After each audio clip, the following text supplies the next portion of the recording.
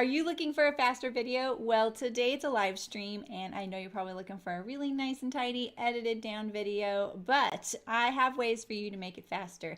You can click that little gear on the YouTube settings right there on the video and adjust the playback speed, make me sound like a chipmunk, and it'll go a lot faster. You can also look and see if there's timestamps for this project in the description, and if you're on a desktop, you can hover over the time bar at the bottom of the screen and see if it's chunked up into chapters, and then that way you can go directly to the step you're looking for.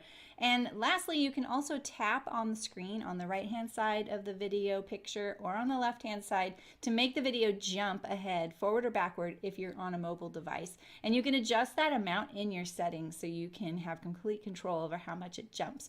So if you are on a desktop, you can use the fast forward or the rewind, and that will make it go faster as well. You can also enable subtitles, and the little CC on the screen will enable closed captioning. That way, if I am a little bit harder to understand with that double playback speed, the subtitles might help you out. All right, well, I know that it's not a nice little edited video, but if you sew with me, we'll get there together and it'll be lots of fun. And now for the live stream. Happy sewing!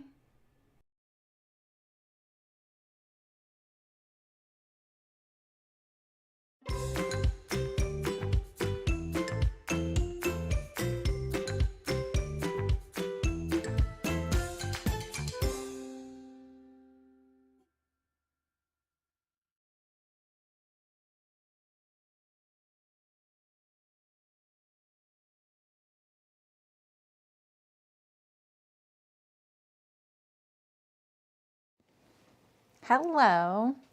Happy Tuesday, which is really weird. It was hard to say that. I'm used to saying happy Wednesday. Welcome, welcome. Hi, Amanda. Hi, Miranda. Hi, Aisha, Rachel, Anna. How are you? Did you guys have a good weekend? Anyone get any sewing done? It's like the only time I don't get sewing done. I have been finally chipping away at that March top that I I've been trying to embroider with green thread, and I'm making a lot of progress, but you know, it's been a while. So hi, Terry. Okay, no problem. Hey, Michelle. Hello, hello. Hi, Sue. Good evening. Hi, Ray. Nice to see you. Hey, Margaret. Martina. Yeah, isn't that nice? It's so springy and summery. I've wanted to make this dress ever since I saw it. It's not new, like it's been around. I don't know why I haven't made it. It is so like classically me, you know. No sewing, but cut a ton of ooh, nice. I cut a bunch of projects a couple weeks ago. Like I cut out 2 pairs of pants, like my final versions for the pants fitting thing. And I obviously sewed one and released that video this weekend. And then I cut out 2 shirts for my brother for his birthday, which is a couple days from now. Yeah.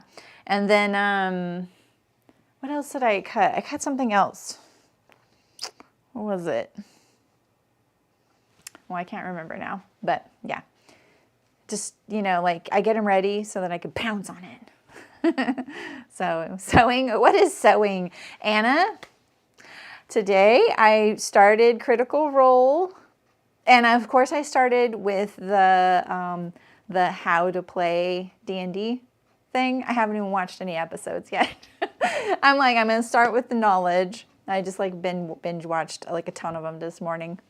So you got your sewing station set up fine. Oh, that's so awesome. That feels so good, doesn't it? I feel like it's the first thing I want to set up when I move, but you know, it's like you got to get the kitchen and your bed sorted. But then once you do, it's like, okay, now I'm home, you know. Michelle, what's the problem? Oh, I knew you were going to say that. Problem? I don't know. You sewed the ginger jeans. Oh, nice, Fiona. That's awesome. I want to do something like that. I want to like hang out with other sewists in person. Yes, handbook or helper. That's what I'm watching. Ding. Yeah. And it's so funny because I don't recognize like half those people. because I've only watched, you know, like later episodes. So yeah. I know, Aisha, I was like, well, gosh, you know, maybe Anna could be a dungeon master and we could all start like a little D&D club in the guild. Yeah, I mean, it's so funny how I came to Critical Role, you know, but it's like, even if you know nothing about Dungeons and Dragons, it's just hugely entertaining, so. And Critical Role, I don't like it when people are talking about things and you're like, I have no idea what they're talking about, but it seems like everybody else does and I don't want to ask. Critical Role is a live streaming channel and they play Dungeons and Dragons of all things, but they're all voice actors and actors in their own right. And it's something they just started on the side, and I think it's the largest live streaming channel on Twitch. It's huge. And it's super fun, even if you have no idea what's going on, because they're just really into it and it's a really nice vibe. So it's like watching a story play out live and no one knows what's going to happen. It's really nice. Okay, Anna, you're off the hook.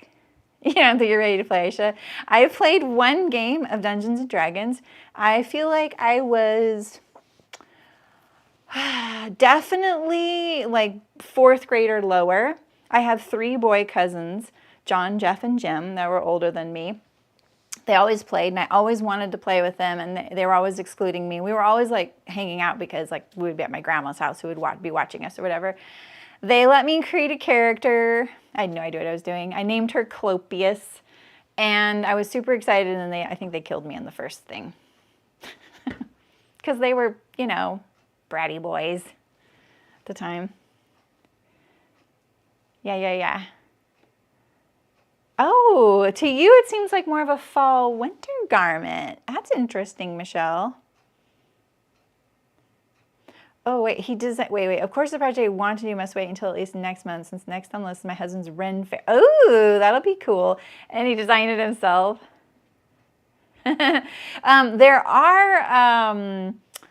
are patterns out there. In fact, wait, let me show you the company. Oh, wait, where I have like a bin of patterns that are like kind of alternative. You know, they're not like everyday. Let me pull one out so you can kind of see. I feel like I can't remember what it's called. Let's see. These are alphabetized too. It doesn't really help me. Oh. Okay, I'm getting there. No, this one. Well, this company is one, but that's not what I'm thinking. These people. Fantasy Fashions. So there are companies out there that are making patterns. This is older. Like I made this for my husband a very long time ago because he is a fencer, and so he wanted to dress up like a 3 Musketeer. So I made him a doublet. And then I don't remember what I made from this one. This one's a little more historically accurate. This is obviously more in the costume vein. But you might find something that's a good launching off point. You might even be able to find a pattern like that that's used. So that's just a thought. So you don't feel so in over your head.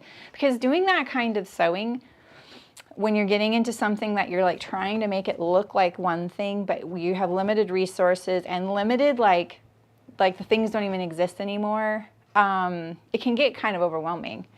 So. Oh, interesting, Amanda. GURPS. I've never heard of GURPS. George, Jeff, and Joel. Right, Miranda? I know. John, Jeff, and Jim. I could never say them in any other order either, and that's how they were born. I've always wanted to be in contact with them, but I'm not anymore.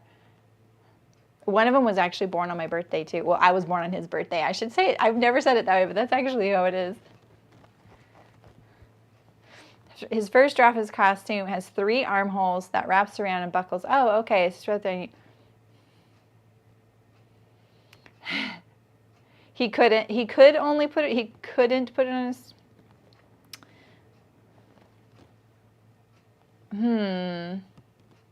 Yeah, there are patterns out there that do that with the 3 armholes and wrap. Yeah, see, I want to, you know what, maybe I should just sign up. Would that be weird? This is the deal. Like, I would really like to just sew with people in person or hang out with them. You know, like, I really would like sewing, like, in real life sewing buddies. And I even, like kind of started making friends here, but they're all quilters, which is awesome. And, you know, the other aspect to it, this is going to make me sound like a snob, is I just like my industrial sewing machine, so it kind of limits, you know, like what I'm willing to sew. And, you know, I can bring my Bernina, it's fine. It's great. It's a great machine. But, yeah, that's as far as I've gone. And I've thought about signing up for things like a retreat or whatever, but I actually get the feeling like it would look like I'm trying to steal information on how to do that, you know? And so I don't. I just like talking about sewing and hanging out with people, and I'm far too chatty, so maybe it's not a good idea. I'm either really chatty, which is likely, or just not. And people are like, Saremy, you're like an expert in this. Why aren't you chiming in? I'm like, because I just like hearing what other people think, you know? Or I feel intimidated.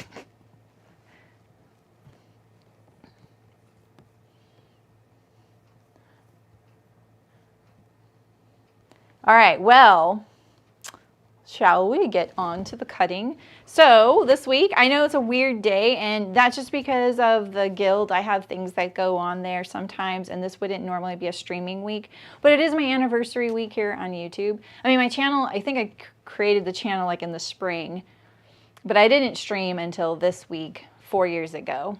I think it might have even been on my brother's birthday, which is funny. And it took me that long to actually get everything in order, mainly because I had like a full-fledged factory. We were busy, but like at my business at that point, even though it was like doing really, really good, it had gotten to a point where I actually was starting to have these little like pockets of time where I could devote to something, because Rayanne was incredible. She was incredible at doing like what she needed to do. I had what I needed to do, and it was doing really well. And I had also begun to, like, I'm one of those people, like, I didn't go to business school. Maybe I shouldn't even be talking about this. Like, I don't really think it's interesting to other people. I don't even know why I'm talking about this, but I'll finish my thought. So, I don't even know what I was about to say now. Well, I don't know. I just like Chicken Boots was like a really great place, but I was also starting to make like hard decisions that weren't that as hard as you'd think, of not doing as much because it's not profitable. And I'm one of those people that wants to do everything, right? I want to do everything. And when I you know, did like 1 year I did a whole subscription box thing, which was hugely fun for Rayanne and I, but it was so much work, and I made like something like $75,000 more that year, but guess what? I made no profit on it. Like I made nothing extra. I know it sounds impossible, but it's just like so much work. You're buying smaller quantities.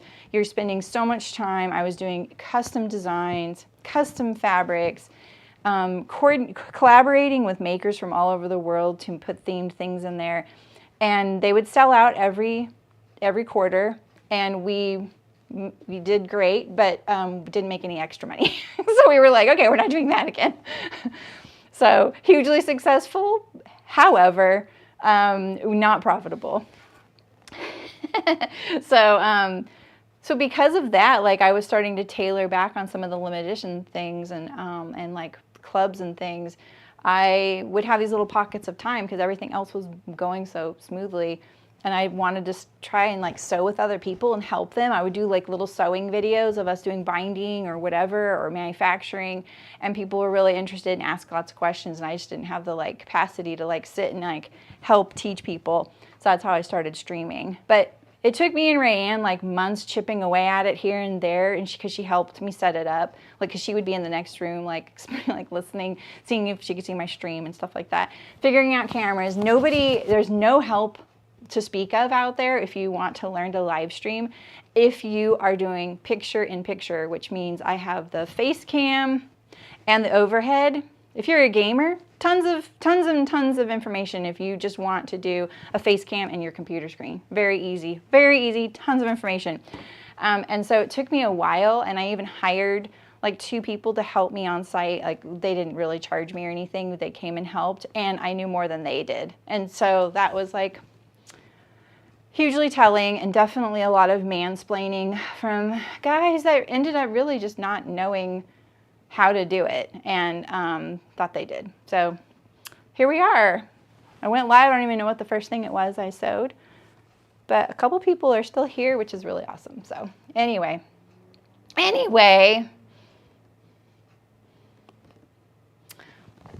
you think, Rachel? I don't know. I always feel like you're supposed to be asked to do those things. I feel like offering sounds like maybe that's, like if you're not being asked, then maybe that's not what people want, to like teach or something like that, you know? Wonder if there are any event planners in the guild. There could be. I do know a couple of people's secret professions. And yeah. Hey Ada, welcome. I'm glad you came. I'm usually cutting by now. Sorry, I'm being chatty. Yeah, and feel free to ask any kinds of questions you want, and people in chat are really helpful as well if I miss it, and if you need me to answer it, someone will poke me if I don't notice. So yeah, welcome. I don't usually stream on a Tuesday. I usually stream Wednesdays, Thursdays, and Saturday. And even now, it's been like every other week because I started this online community, and that's been keeping me kind of busy. And I do lots there, like Zooms and things like that. So. And just so you all know, maybe I shouldn't even say this, but I'm going to say it just in case. I'm rebuilding my website right now, and I put it live last night at its current state. Not everything is connected, and I know that. Like, I'm adding some things, like some consulting opportunities and some services and things like that, and those aren't all connected yet. Everything else is there though, so if you're looking for a project, if you're wondering if I've sewn something and if I've done a video on it, you can try and search YouTube, but it can be difficult, or maybe you'll find another YouTuber who's done it, which is fine by me. If you want to know though, like say like soon, I don't have the last few projects on there, I apologize, I'm getting there. But if you're like, oh, has she ever made the Scout tee or the Caroline pajamas or ginger jeans or whatever, you can go on there, and all the videos that I've sewn that project are there.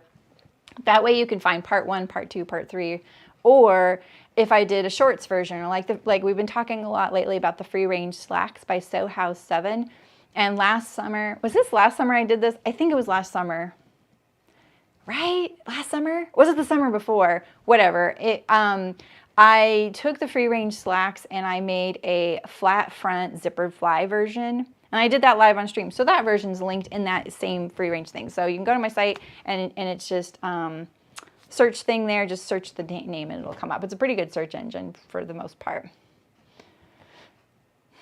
Yeah, right, Rachel? I know, it's kind of awkward. Hi, Heidi, how's it going? I see your profile pic. You're consistent with your profile picture. There are people who comment to me on different platforms, and they talk to me as if we talk all the time, and I can't tell who they are. I'm like, I don't know who you are. So, it's pretty funny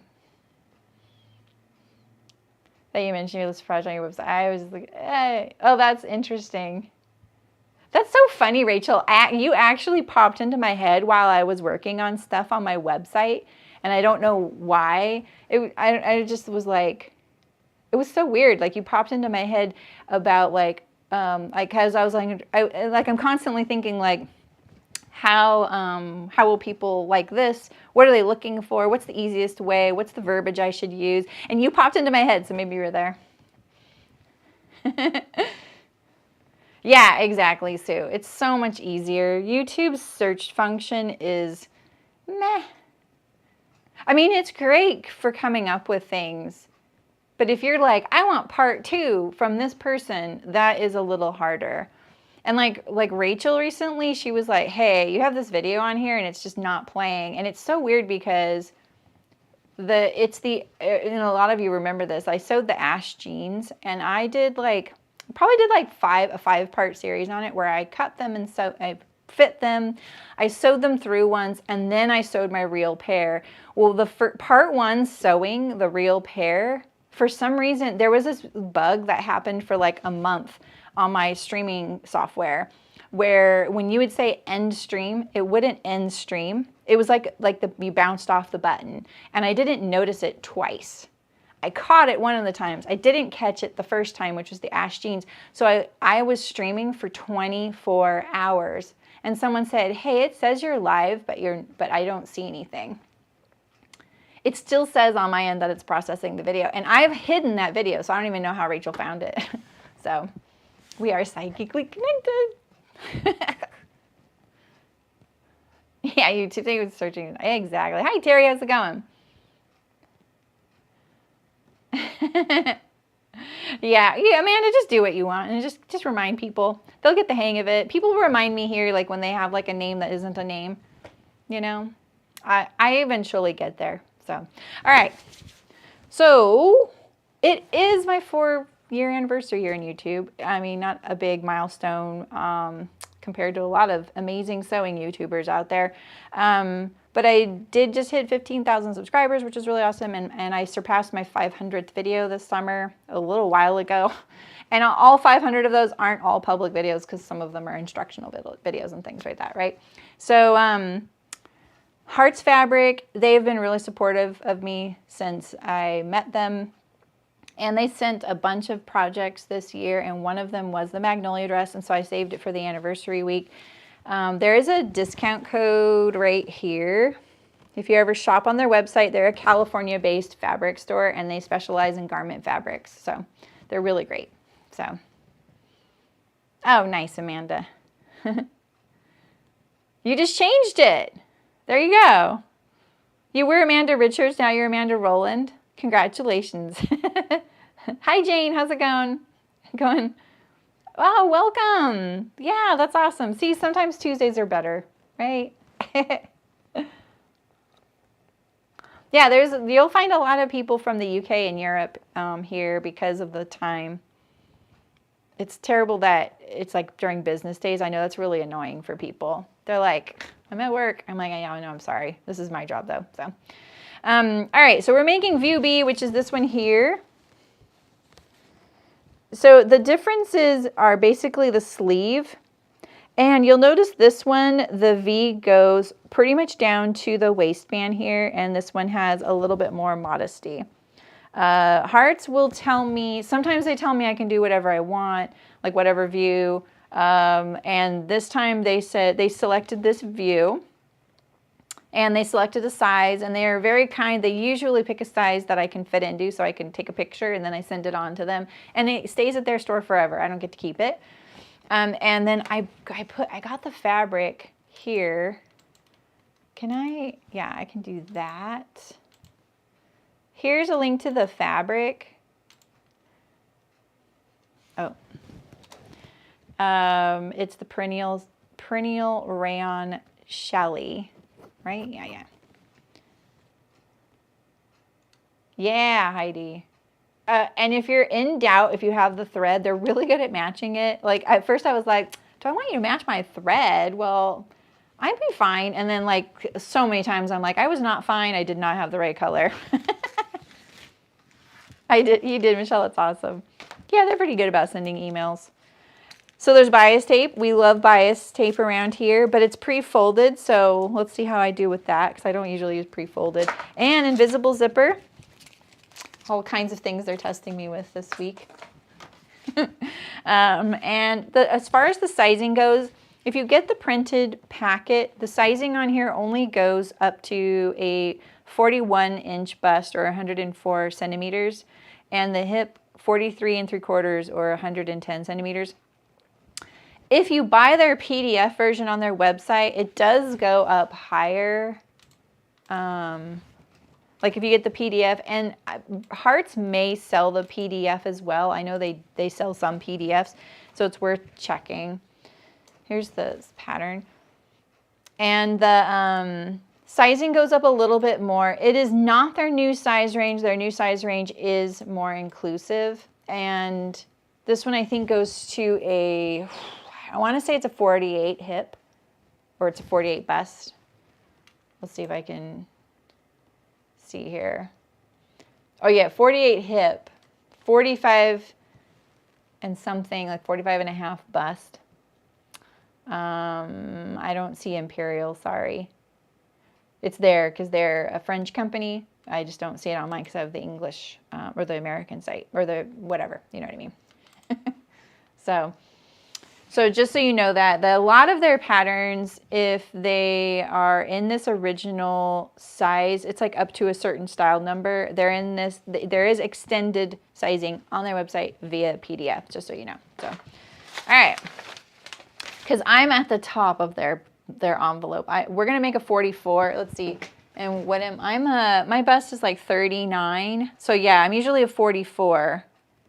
And this envelope goes to a size 46. 46 is their sizing. They go, they do it. Riff-raff, right?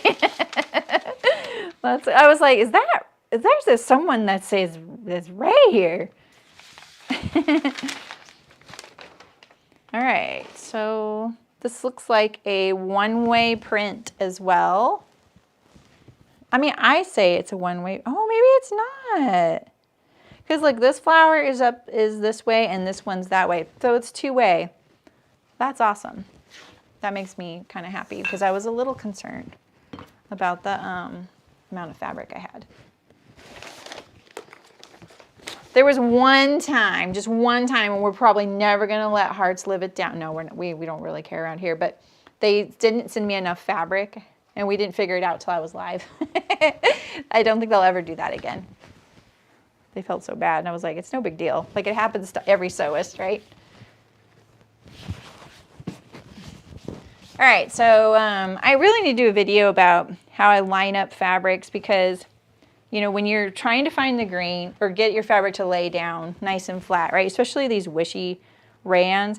What I do is I take my selvages like this, and I will move them like this. I don't know if you can see, but I'm sliding my fingers back and forth. And I move them back and forth. I'm usually hanging up the fabric so the fold is hanging down facing the ground. And then I find the spot where there's no diagonal drag lines. And so that may mean like my cut edges aren't lined up. This is pretty good actually. And that's how it is. I mean, that's just how you have to find your grain line. And if that severely diminishes the amount of fabric you have, then you have to potentially cut your pieces individually. So, is it sheer? No. I mean, it is white. Like I would definitely wear white or skin colored undergarments underneath it. It's not as sheer as other fabrics. That's funny, Ray. Hi, Shasha. How's it going?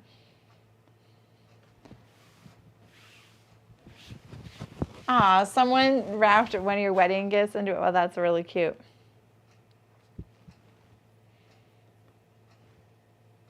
Yeah, awesome, Anna. I mean, that's really what it is, right? You don't get good at sewing until you can solve the problems. It's just... Avoiding problems is great, but at the same time, until you know how to deal with them, it's really hard to get better. It's just like, that's how you get better. All right. So let's see here. I'm like, okay, here's my back. I'm going to be cutting out the size that's second from the outside. I do cut through the paper. I know I'm going to get that question today. I know I'm gonna get that question today. All right, so we can go all the way there. We can go there. We can go here. We can get all of our bodice in this little section here. So you know what I'm gonna do? I was about to cut this off, but maybe I'll save that just in case I need it. So maybe I'll cut this out first.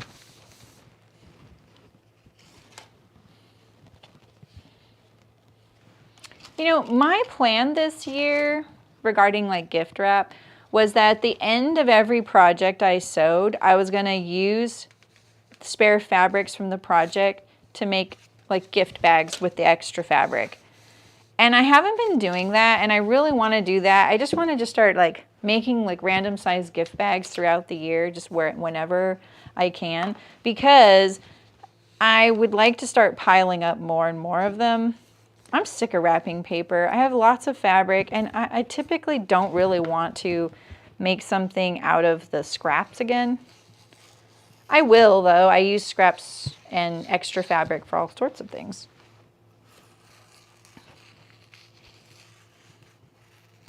I'm wearing my contacts today. I've gotten contacts and I'm learning how to use them. And you know, one thing I'll say about them is that, and maybe this will come with time, but I don't feel as confident just going about whatever I'm doing in the world with them in. You know what I mean? So, this thing we do to show how things are done when all things are going well. Yeah, that's so true, Anna. Hi, Polly. How's it going? Yeah. Oh, I feel like this is like quintessential wedding dress material for a wedding dress or wedding, like to wear to a wedding. Either way. Hey, Charlie.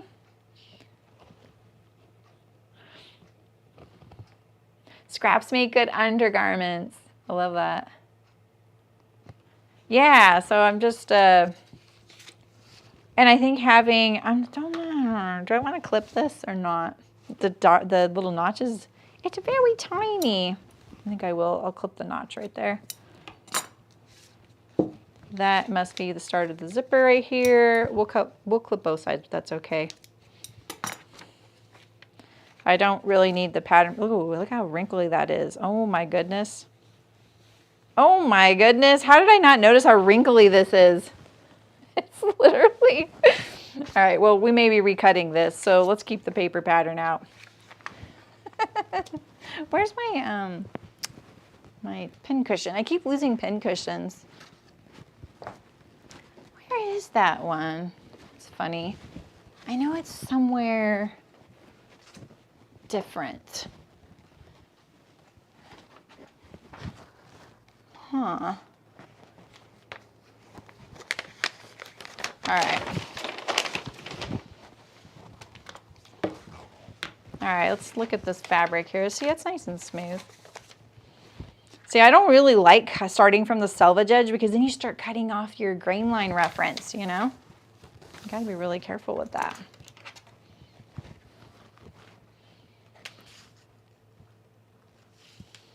So if this right here was extended like this, it's like the top of these numbers here.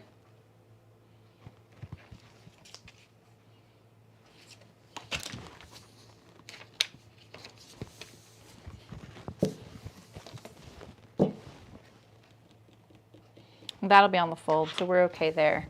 Let's make sure we got both layers.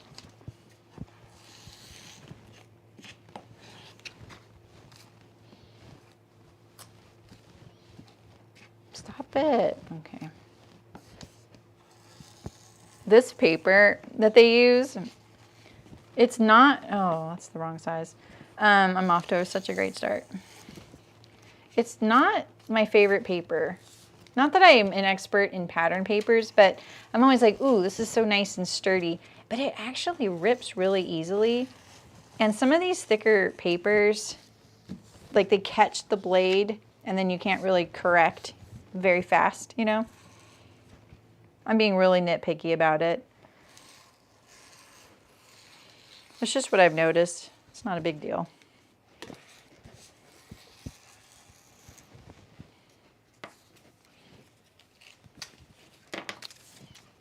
Ah, the joys of cutting rayon. Exactly.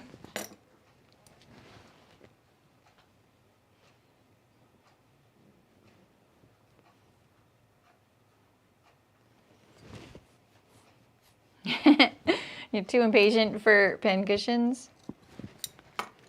I actually like a bowl often, but sometimes, you know, if you use different kinds of pins, they are hard to grab.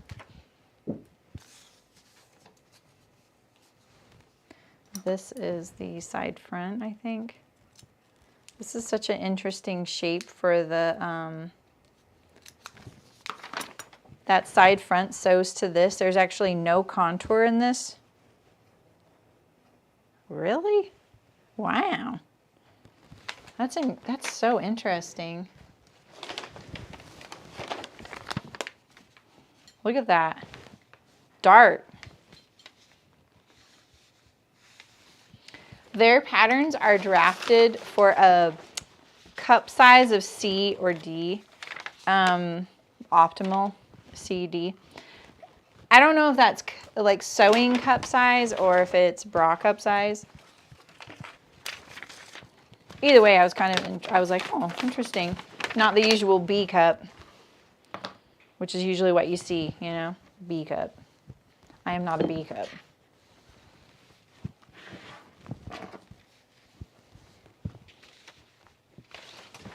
I'm cutting this so awkwardly.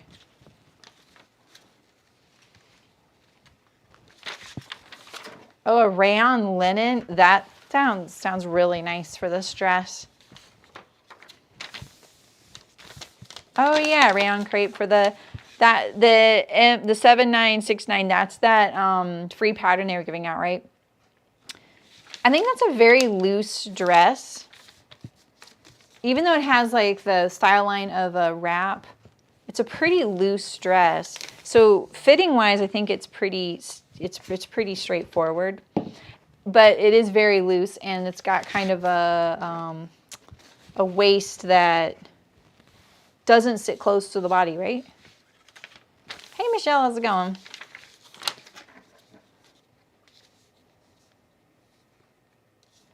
Oh, interesting.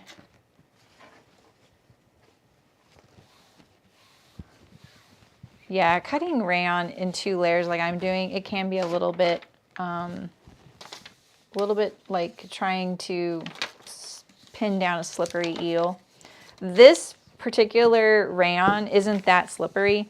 It's got I don't want to say a texture, but it's not as slippery, and maybe it's the challis. I'm not sure.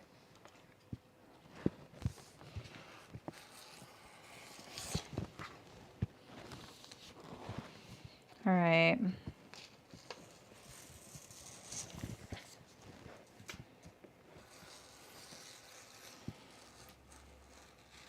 Yeah, like I can see pretty good, like, you know, I can certainly see this cutting and stuff, but there's just something about contacts. It doesn't make me feel as confident, you know what I mean? And sewing, I'm definitely like, oh boy, let's hope the needle doesn't get unthreaded. You know? All right, I don't really need a notch here. I do need a notch here. In my opinion, I need a notch right at the center back waist. Always surprised when there isn't one. I don't really need the armhole notches. I know this is the back, but I will do this dart.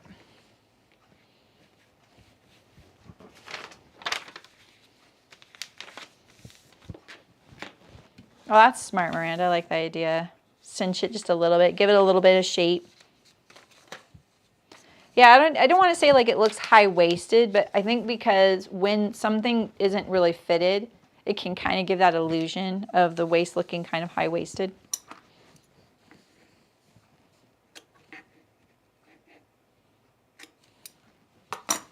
You know, let's be kind to our future selves and mark our darts on the wrong side. Because I keep not doing that when I'm at the cutting table, and it's really annoying to me, like more annoying than I'm letting on. And it's just mainly because it's such a huge pain in the butt to do it at the sewing table, and I'm streaming, you know.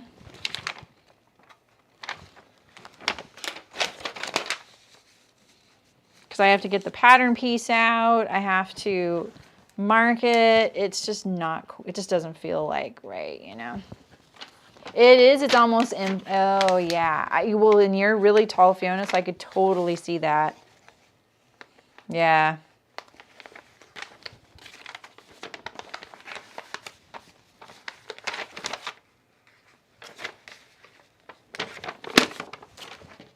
There we go.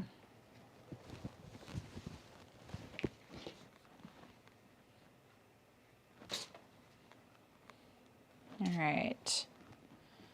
And I'm gonna, there's so many tricks for doing this and I never use any of them. I really should learn one of the many tricks for securing your pins in a dart. All right, on our back. Now for our skirt.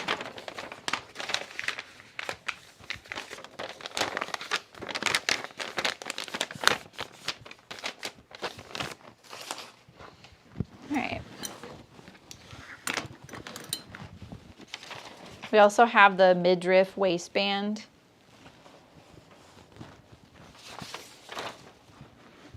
I've already been thinking like, ooh, if this works out for me, what fabric would I make it in? I have that really beautiful blue linen that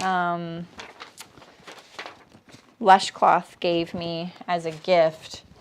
And I think it would really look nice in this dress. Look at the sleeve pattern. Looks like a mushroom. This is like a legit flutter sleeve. All right, so you need a lot of skirts. So you need 2 of your one on the fold and 4 of your side. So don't miss that, okay? Because you'll be really sad if you miss that.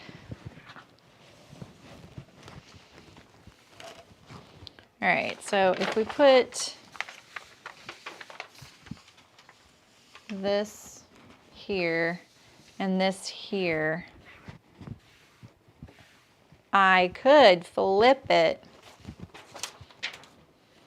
and cut it all at the same time like a crazy person. You need 4 of the sash. Let's do it.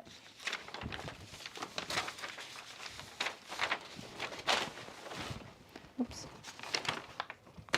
Oh, weren't you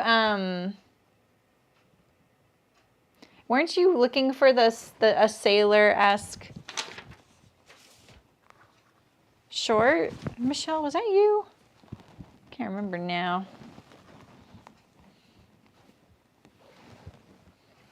All right. What's the talking cricket? You're making the talking cricket today. What is that?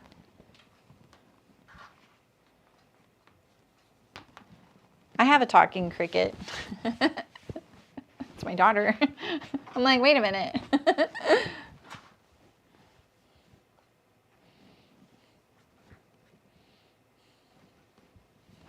All right. Let's see if we can get these. This, like I'm saying, this rayon is so much more stable than others that I've used. I don't know why. It just feels a little more, I don't want to say thick. It's not thick.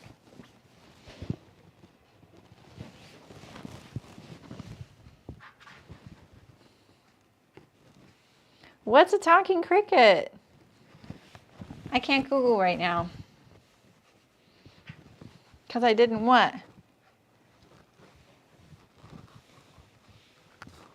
Well, you said maritime shorts, so that's not sailor? Or maybe I'm misinterpreting what sailor is. Whoops. Yeah, I'm definitely going to search talking cricket after the stream.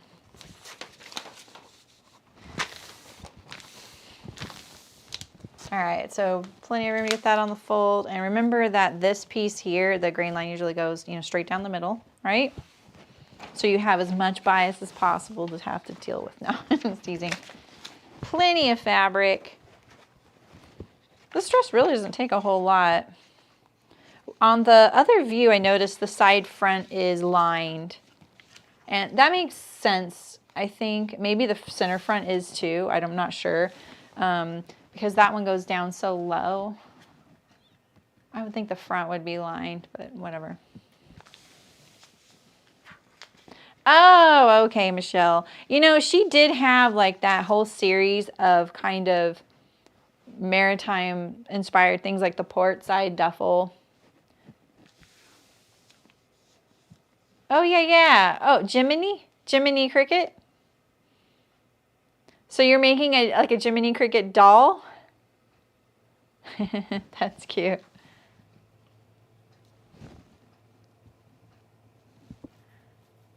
That sounds cute.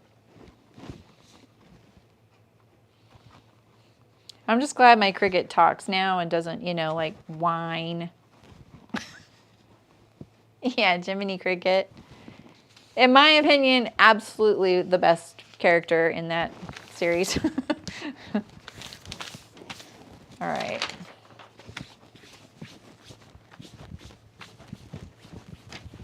I feel some wrinkles under there, so I'm just making sure that there are none in my skirt.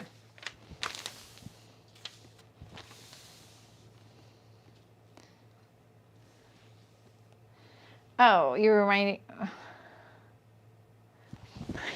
What? I'm so confused. It's like yeah, I'm lost.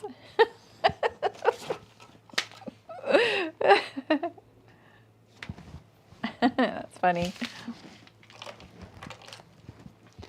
No thigh slit. Ooh, there is one right here. We're doing a thigh slit if it's there. They actually allow me to modify this, even fit it to me. I don't know why people are so cheap with grain lines, though. It's like, you want me to use it? You better give it to me.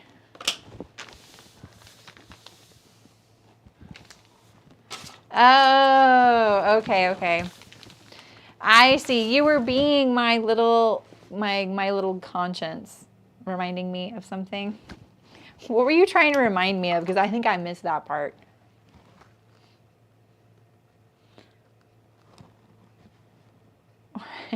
Wait.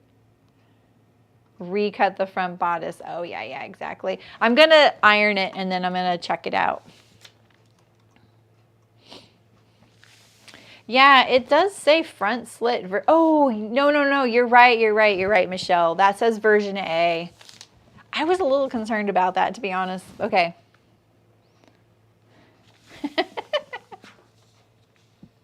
This is so funny. You guys are funny today. Tuesday crowd. All right. Let's cut this guy out. 4 layers.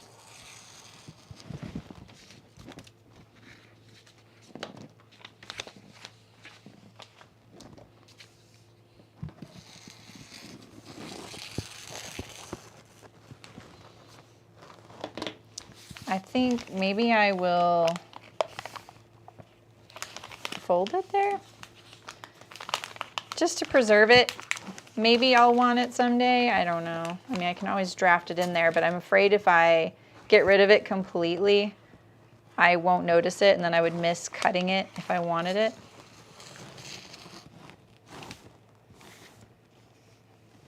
Oh, this is interesting too. So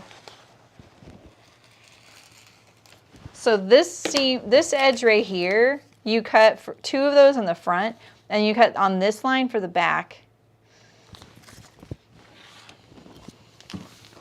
I mean, oh, there's no pockets on this. What in the actual? That just seems cruel, you know? All right, let's take off 2 for a front. And I'm gonna put 1 pin for a front. I cut 4 layers of rayon. Yeah.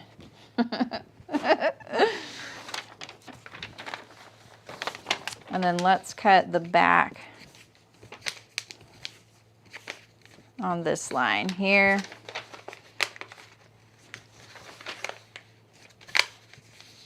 I think you're better off just like probably putting a ruler and drawing a line, you know, there. But that folded pretty good on that edge. So we'll see how we do.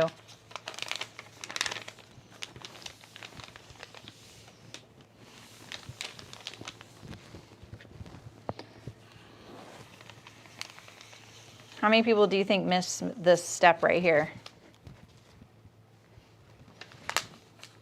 All right, we're gonna put 2 slits there. What's the seam allowance on this? Why am I asking now? You know what? I feel like that I'm gonna be kind of bummed because I'll want pockets and I'll want French seams. We need 2 pins for the back, so let's put 2 pins at once. You guys, I feel like I'm doing party tricks. I follow YouTube on Instagram, and it's always funny seeing the channels that they promote, because it is always like watching a circus act half the time. You know, you're just like, oh my gosh, what are they doing? You know. And I've often thought like it would be really funny to just riff on that as a sewist, you know, and do like circus act performance sewing. And you could do it kind of tongue in cheek, you know, like because I have to stand and sew at my serger sometimes, or use the foot pedal with my hand, you know, and it's like I definitely feel like I'm in a circus act when I'm doing some of that. All right, so I'm gonna cut this off. And straighten this out.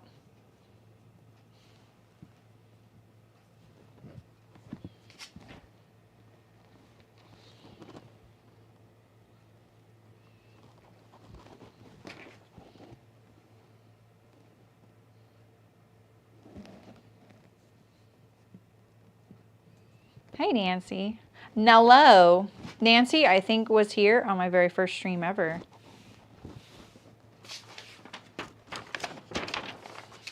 Yeah, it's such a good idea, Heidi. It's funny because I forget my own little rules to do, you know, all the time. And that is one of them. And when I'm drafting patterns, it's not actually custom in the garment industry to write your seam allowances on your pattern pieces. And at one place, they didn't frown on it, but it felt a little bit, I don't know how to put it. It was almost like they were giving the vibe of only babies do that, you know, like only beginners do that. But I was just thinking like, and I didn't do it for a long time. Like it never even occurred to me to do that. And then I think I was drafting something for myself and I did it on mine, and I just started doing it at work and they really liked it. So now what am I supposed to do with this? Maybe there is a vent on this. No, that's for the front. That's for the, it doesn't say to cut this on A only. Huh, I guess I'll fold this back too. And then one place I worked, they always did that. They always wrote the seam allowances on the pattern pieces. So that's not very traditional. In my experience, it could be, and I just never really encountered it. I don't know. But in the home sewing world, it's kind of hit and miss, it seems.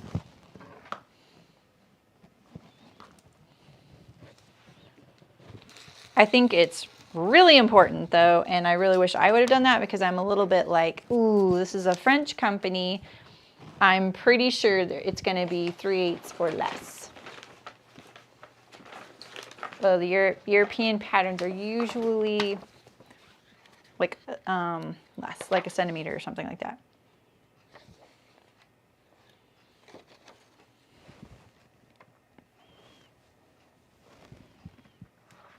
Oh yeah, right, Anna? Exactly. Circus. Oh, look at the instructions. They're out of order. Look, it goes from the instructions and then it goes to a cutting layout. I don't know what happened. It's fine though. Like it totally works. And maybe it's supposed to be that way.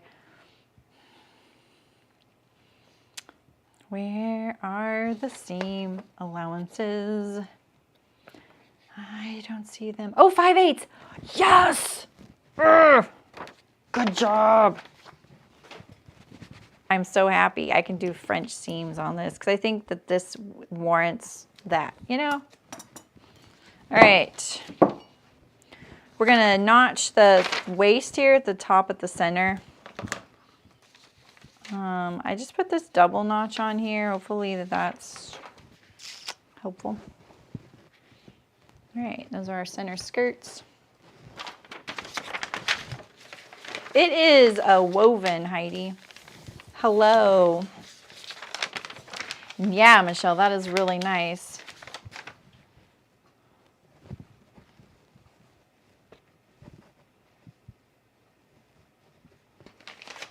Yeah, so this is a rayon right here. All right, so we just have a few pieces left. We have the sash and we have these waistbands here. Cut one on foot one only. No, you got to be kidding me. No, no, no, no, no. One.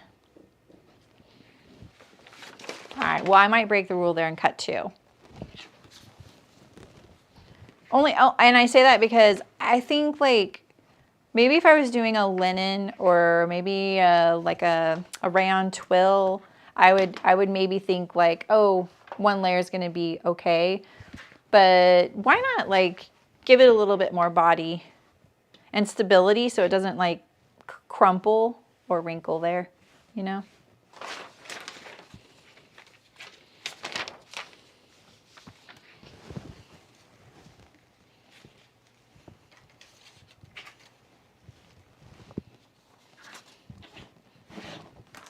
Oh yeah, Nancy.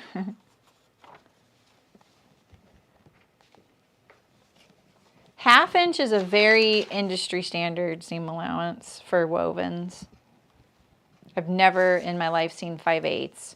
That is very home sewing specific. But I like 5/8 for French seams, and I don't, you know, you don't usually sew French seams in the garment industry, so there's not really a need for 5/8. All right, so we need 4 of these.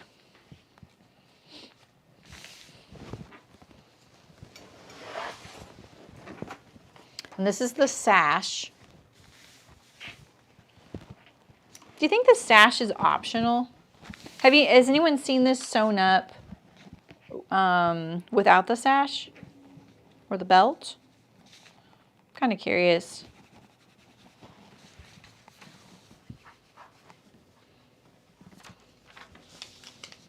All right. I'm cutting 4 layers again. Actually, I have been. Let's make sure all of them are on the fabric though, because some of them are a little bit, like some of the selvage is a little shy on 2 of the layers. Let's just move it over a tad.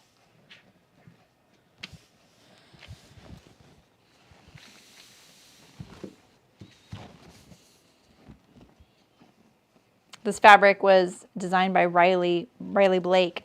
I always think of Riley Blake as being juvenile prints, but I guess I'm wrong.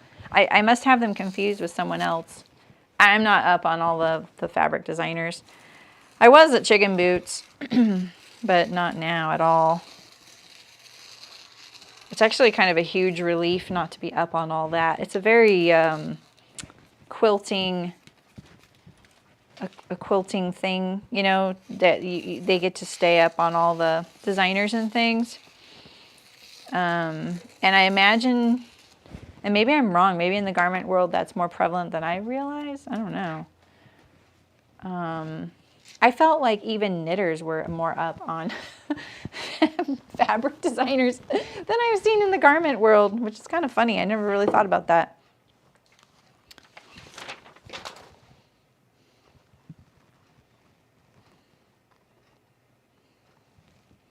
Oh, really, Nancy? How come? Maybe you just need a few projects. I mean, it is a very optional machine. I think it's helpful if you sew a lot of knits. And I usually always tell people that, like, if you're going to choose between a serger and a cover stitch, absolutely a serger. And I think that goes probably without saying. But if you're just looking for a machine, just because you want to buy a machine, I wonder, well, I don't know. I think if I could have any machine, what would I have? Let's play this game. I want a home sewing buttonhole machine. I just want a buttonhole machine and for the home sewing world. I don't think it's a lot to ask. I mean, come on.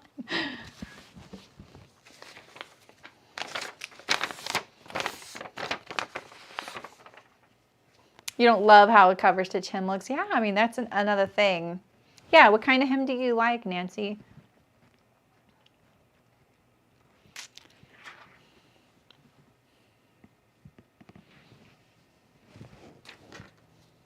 Okay, so there's the back and the front.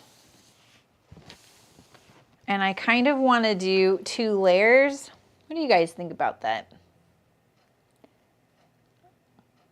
Maybe it's just me. Like, I feel like I would actually, personally, I would probably line this whole bodice. I think that it would be really easy to do. And we could actually still do that. We could line the whole bodice. And I think in a white fabric, that would be probably a really nice touch, you know? So, yeah, Susan, yeah, that's what I'm wondering too. I'm not much of a sash wearer. Let's look at it. Because I don't think it's providing the cinching, you know, like you don't really need it to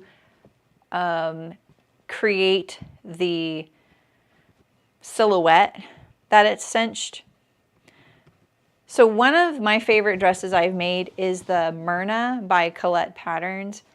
And it's identical silhouette. It's not an identical pattern at all, but it's an identical silhouette. And the midriff comes up at a point, a gentle point. And then the bodice has gathers in it right here. And it's got a very gentle cowl right here, a very gentle one, and it's gathered as well. And then it doesn't have a set-in sleeve, so I feel like that's a drawback for it. I don't find it to be a problem because it's really short. And then I made the really, really long one. And I really love that dress. My husband loves that dress too. It's very comfortable to wear. And the midriff thing, I think it's in like a few pieces and you sew them together to make it. And I ended up like doing something there to add more stability too. I can't remember what it was, but I don't know. I think this could totally be without the sash.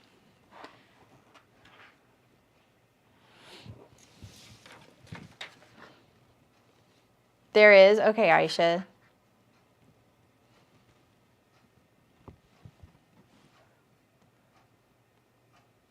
Yeah, I don't think it's necessary. Let's see if it says optional, because I don't think it does on the pattern piece.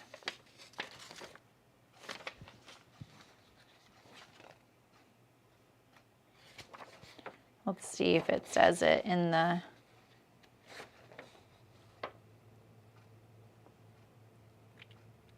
Oh, they call it waist ties in here. Doesn't really say. And so this is the other thing, like the inside is, like I think you could line the, yeah, we're going to cut this double. We're going to cut this double. Yeah, I think I'm going to line it. I'm hoping I have some Bimberg rayon because I think it would be perfect for this. Pretty sure I do.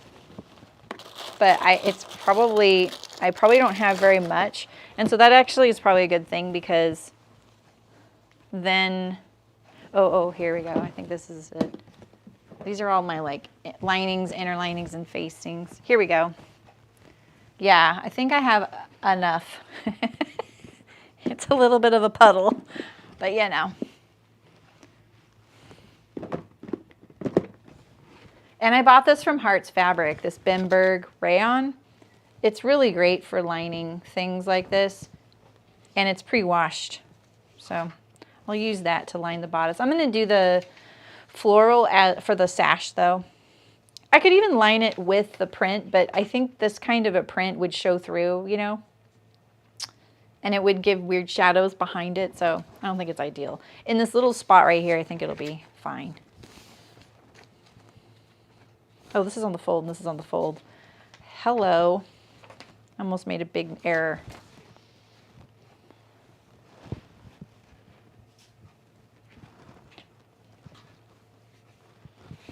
So, yeah, okay. We'll do this. I don't feel like this is very accurate, I will admit, because I just put 2 pieces on the fold right here. Trying to cut corners. I'll open it up.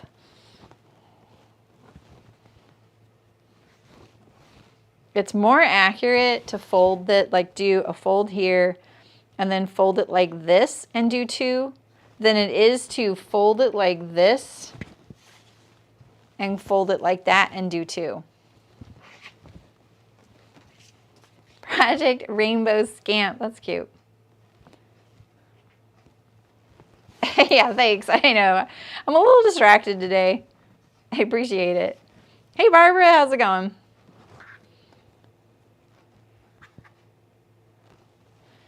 All right.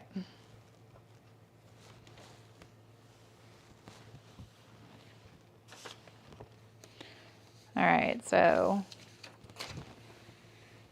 I'm gonna just trim this off here. And I'm gonna work on my grain line a little bit.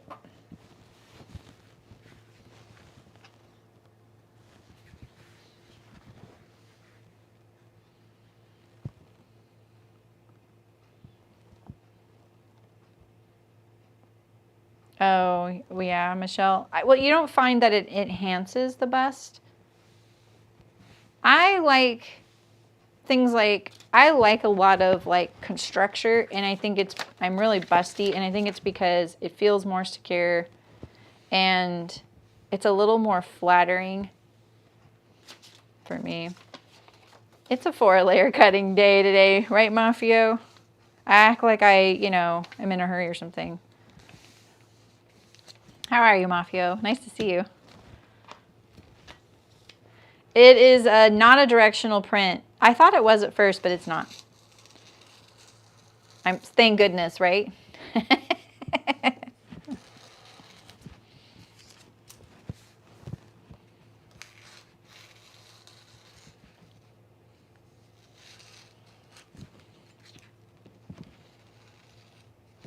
right. Front, and I'm going to nip the center here just a tiny bit. I always say this, and then we all know how it ends up. All right, so I'm going to put 1 pin in this one, and I'll put 2 in the back so I can tell them apart.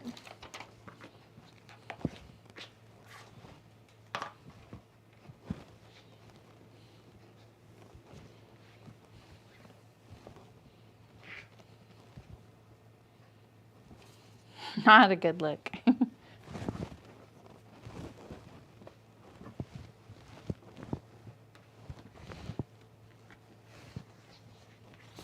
Yeah, so we tested, see there's, this flower here is right side up, and then it's upside down right here.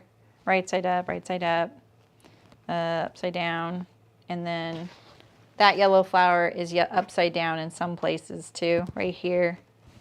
So I did double check. I'm trying to decide if I want to cut up. I'm going to cut up. You just never know what you're going to need, right? Could I get 2 here?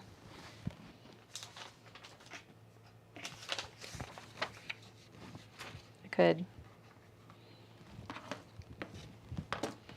And I have a selvage here, which is kind of nice. Cool.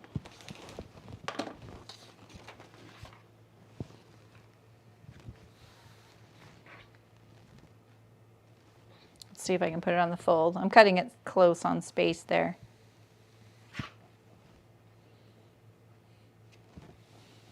Yeah, they really do, don't they?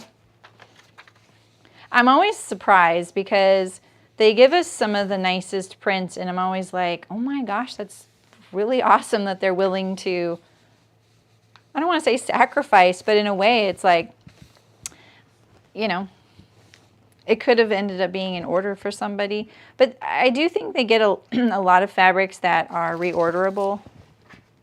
This might be a part of the Italian fabrics that they got. I'm not sure.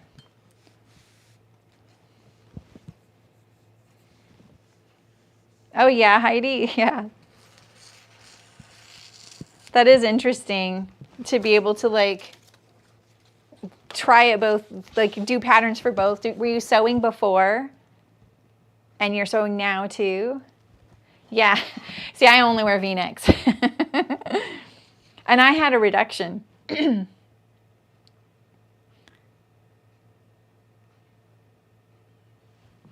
looks too homemade to you? There's a lot of debate about that. And when cover stitches and sergers first came on the scene and were able to be purchased by home sewers, there was such a war between it not looking homemade. And I definitely, I didn't care either way at the time. But my whole job at the time was also doing prototypes so that they didn't look homemade, because they needed to be, it wasn't that, it was, I needed my prototypes to look like they were factory made so the factory knew exactly what machines to use. They don't really care if they're homemade. They just need to know what to do, because they don't have as much knowledge about,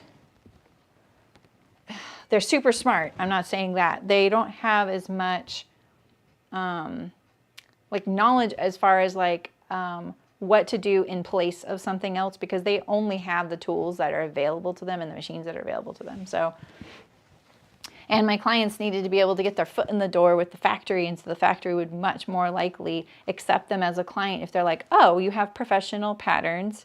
These are certainly made by someone who knows how we like to use them. Oh, and you have a prototype that looks like something we can sew. And then they'd be like, all right, we'll consider your project. And that was the hardest thing, is to get your foot in the door, you know? So completely different song. Yeah. I mean, I guess if you're willing for that kind of challenge, it could kind of be fascinating, right? Yeah, right, Nancy? Exactly. Your braless. I had a time in my life where I was. Oh, Leah, what'd you say? Ooh, that's a good question. I actually considered fitting this because in fact, I'm wearing a deer and doe dress today, the Blue A dress, which I love this dress. It fits me really well, but I did fit it, and it was the first time that I actually, and this was a live stream, it was the first time that I actually recognized and dealt with my upper back being rounded that I didn't know. Because if you saw me and you stood next to me, you wouldn't think it was. If you see my dress form though, and you'll see that I do have a slight rounding there above, like across my shoulder blades. And this is actually really, really common. A lot of people have this. And just as a side note, I'm also in, like, the Guild is in on the Mighty Networks platform, and I'm in another Mighty Network for Beatrice dress forms. And I recently just did a survey in there to people who own Beatrice dress forms for a video I'm going to be doing.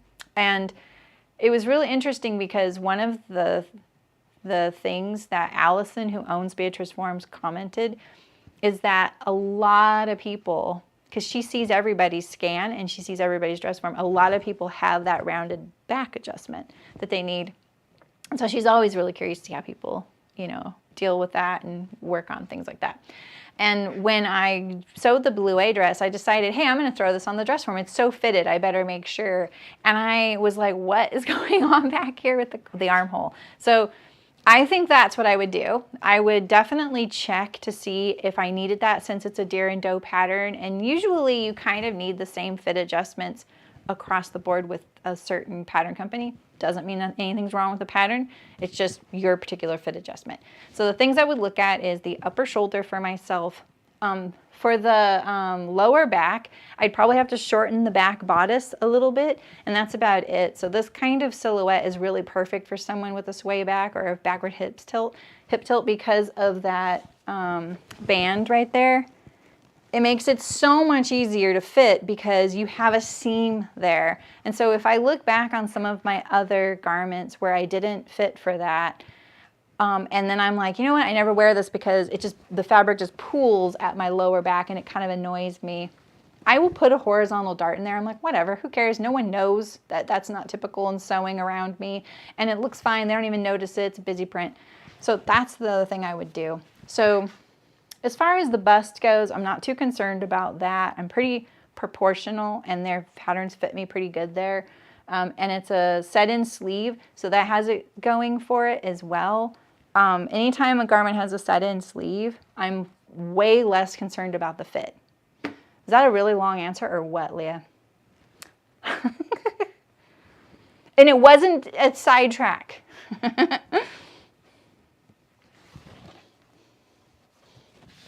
All right, I'm gonna line the bodice. Oh, you guys.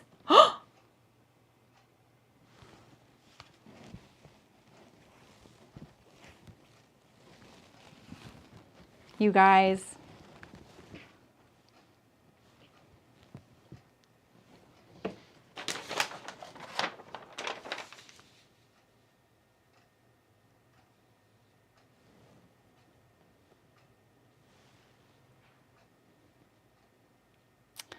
Well,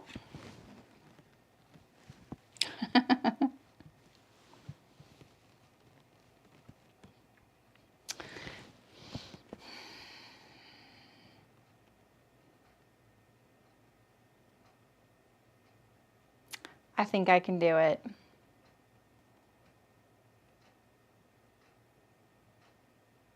That's the sleeve.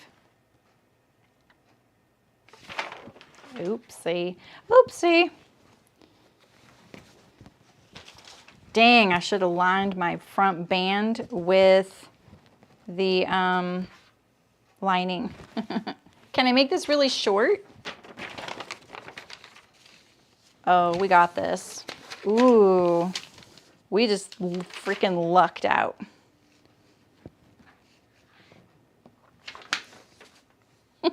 Your heart's racing. Yeah. I have just enough fabric to do this. The sleeve's going to be a little shorter. That'll be okay. Cap sleeves. Oh my goodness. Okay, so this is what we're shy. 1/2 inch shorter. I totally meant to do this. Hey, Justine. You missed nothing. Except that I almost had a sleeveless garment. You guys love sewing drama. I blame it on all of you. All right, so how close can I get it? A little more than a 1/2 inch. All right, so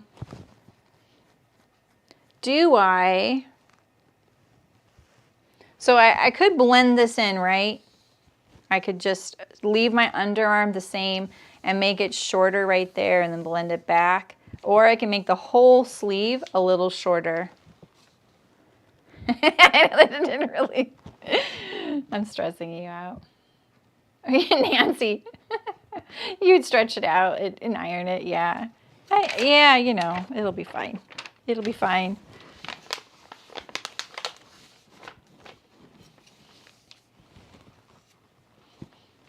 So let's check it out.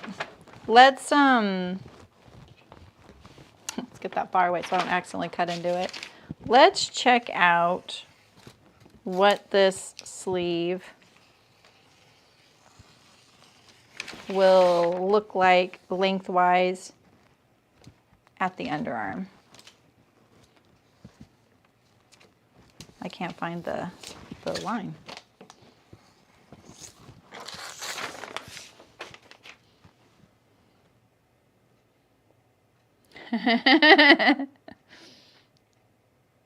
Whole sleeve. Yeah, I think so too. I don't think leaving the underarm will be a good idea, and we'll end up wanting to shorten it. There is sometimes where you'll see like the center of the sleeve is shorter than the underarm, and frankly it looks odd because you can see into the sleeve, you know, so. And remember, we have 5/8 inch seams. I don't know what the hem is on this, but we could, if it's not bound, we could gain some back by binding it.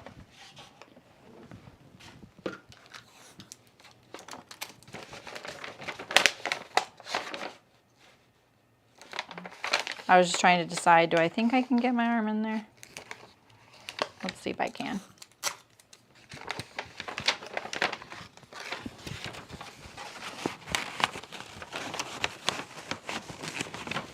Yeah, so we'll definitely do the whole sleeve. That's the length. Like that. We're fine. We totally meant to do this. Oh, we'll be fine with the French seam too, I think. But we do have, you know, yeah, like quite a bit of seam allowance, so. Phew. I always tell people, I can send the rest of your fabric back. I would have been like, here's a square inch. All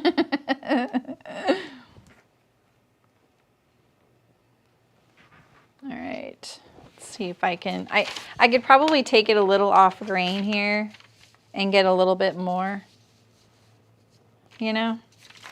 Maybe I could do it better here. We're gonna line up these edges and take it a little bit off grain. It'll be fine for this sleeve.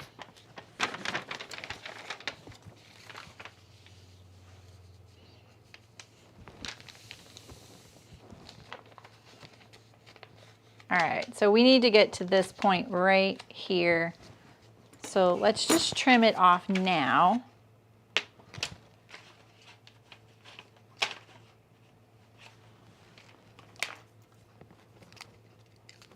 And then we'll cut it and no one will know. Because you guys won't tell.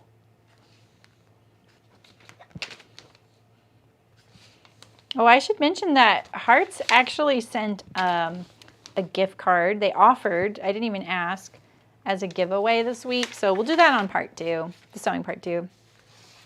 Yeah, Nancy, they wanted a 44, which is the second from the top. Yeah, because I could have done a smaller size.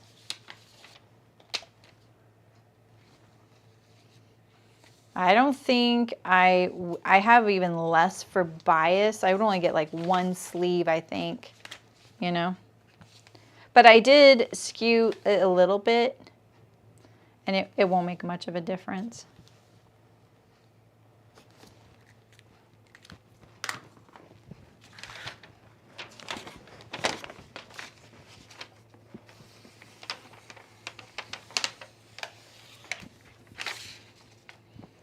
I should look up how this sleeve is finished. Because, dang it. If it's hemmed, I could do a bias facing instead. I trimmed 7/8 of an inch off. Yeah. No, I think, I mean, honestly, Heidi, I kind of did that, like what you're saying, like by doing this, you know, like taking this fabric, because this is normally how it would be, and I'm pulling it a little bit like that. So you're right. I am kind of doing that. you know. This is a rayon challis.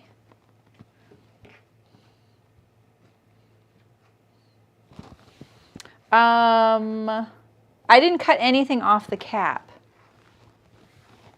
Oh, thanks, Nancy. So Aisha, this is the cap right here, if you can believe it. This is the cap. It looks like this. And this right here is the underarm. So it goes like that. See that?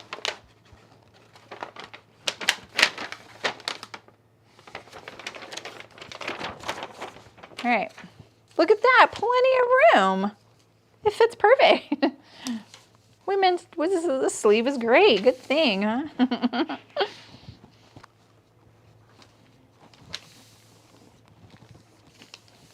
Let's cut it.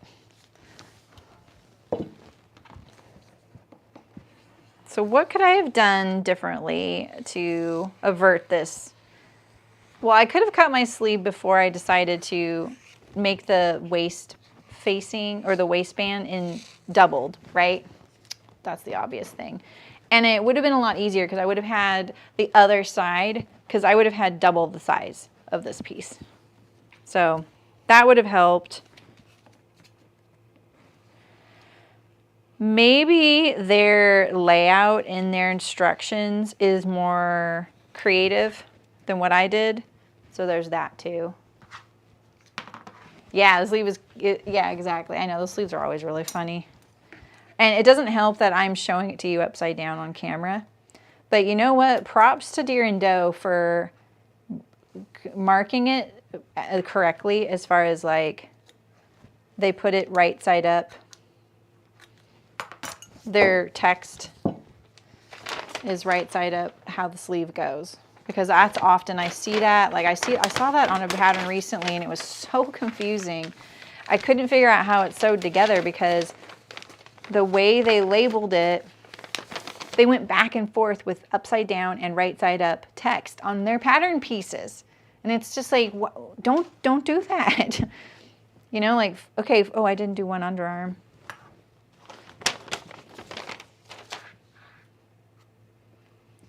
Yeah, but I didn't change that, Martina. Like that's how it was supposed to be. So it could be a case of the fabric requirement was cutting it really close. Did I cut the left side bottom? You mean the skirt? I've cut everything.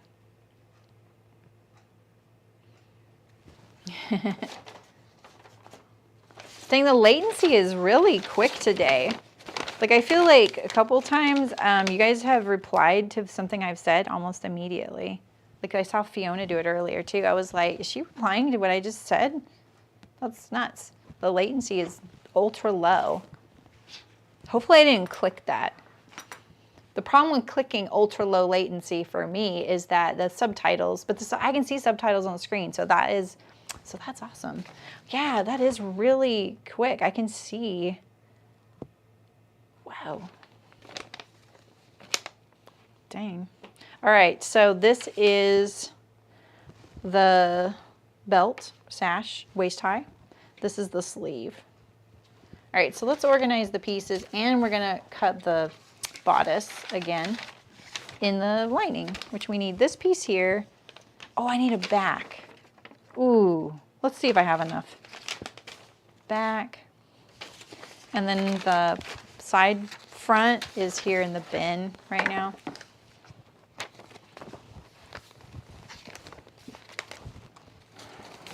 All right, so I'm gonna organize my bin.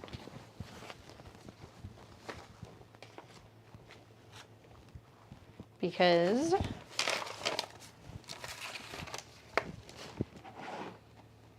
all right, so we're gonna put, this is the sleeve, and I'm going to take a gander that this is at the end of the bodice. This is the waist, that goes there. This is the tie. You are gonna go with the waist as well.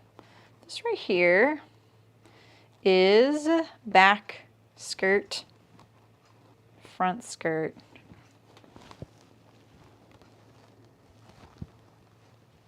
What is this right here? This is one of each, right? Front skirt and back skirt. Okay, front and back. Bodice. Oh wait, one of these isn't a sash. It's just scrap fabric? What the heck? Look at all this fabric. That would have been so handy. All right. This is the front and the side back and then the back. And this right here is the front skirt and the back skirt. I like to put my pieces in the order I'm sewing them. All right. Let's see if we have enough for a lining. You missed a chunk. You missed the drama.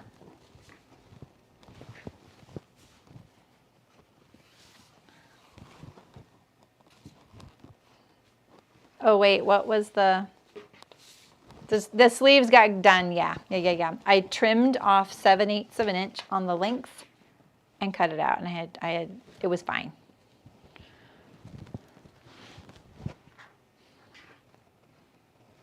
Why are you saying you're sorry? Stick to the layout, it's fine. You wouldn't get into maybe some troubles, potentially. I've never...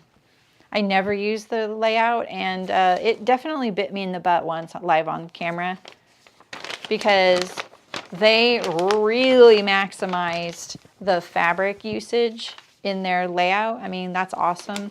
But I didn't expect them to do one of the kind of crazy things they did in their layout. I was kind of like, whoa, okay, that is definitely something I needed to have take into consideration and did not. So, all right, can I get this to fit? It's so close. So maybe what I can do is, can I do the back like this? I don't know. I know it goes over here, but I just kind of take a look at it. So the pieces right side up. No, they don't. Some of them don't. Anyways, this is the drama.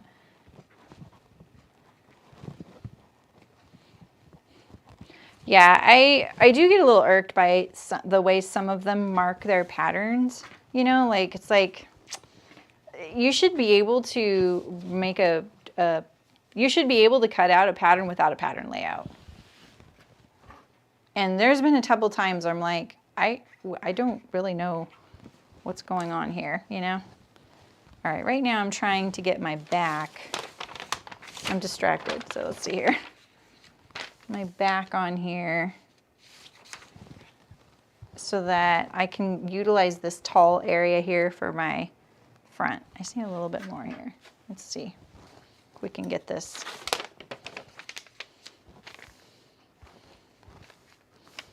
That's so close. Maybe if I iron it and stretch it like Nancy would. This is rayon Bemberg lining.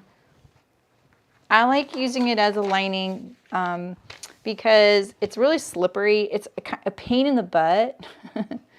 It's a pain in the butt, but it's really slippery and it adds a second layer to your garment that's not very bulky.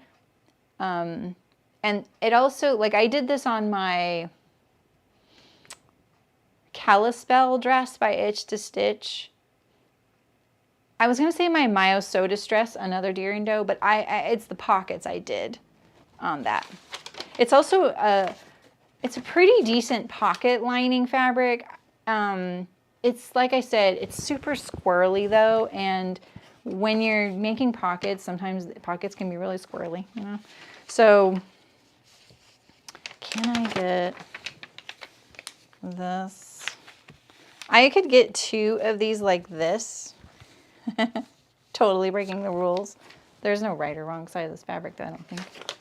Or I could do them sideways.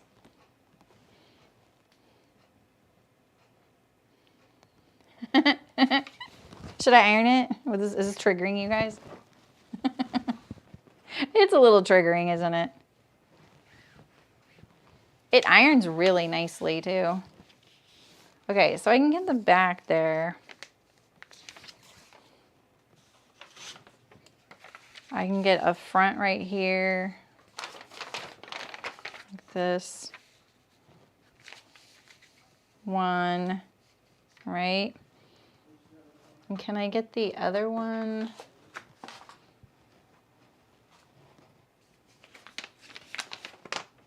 Right there. I really want this to fit in this little spot over here, and it just plain old doesn't.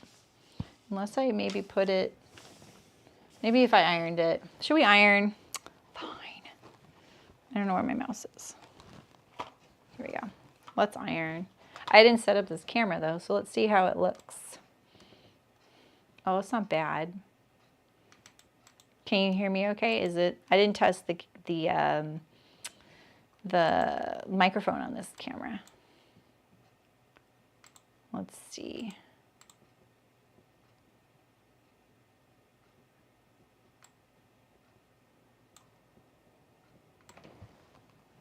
There we go. Wrinkled fabric just means we're wearing these. A more genius thing has never been said. Yeah, Susan, you're right. Actually, I could do that.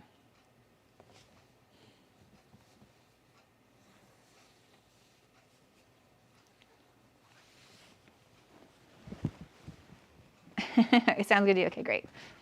All right, I can't see the chat over here. Just gonna put it like on the wool silk.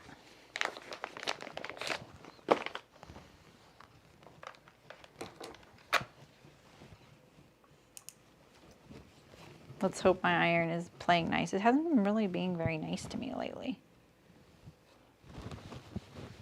What's great about a rayon lining like this is that technically it is a natural fiber, and so it can take the heat. Whereas if you were to do a polyester lining like this and iron it, you can potentially melt it sometimes. And so I do appreciate that, you know. Same with silk. Silk is such a strong fiber. It's funny how we treat it as like a delicate thing, but it's honestly such a strong fiber. It can be a problem. It's so strong.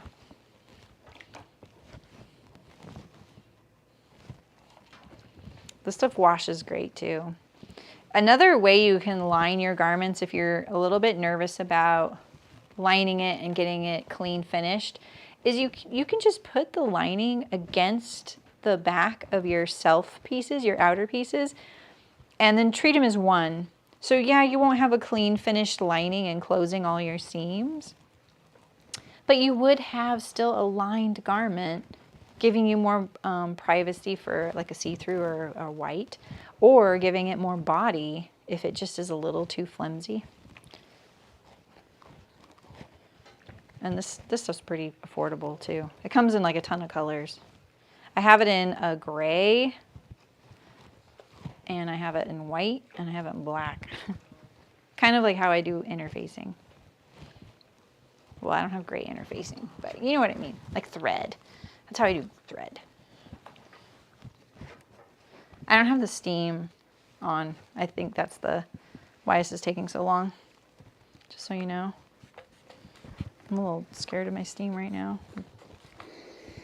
I'll just manually do it. All right. Ooh, I feel like it got 20% bigger. Let me iron one more little piece, just in case.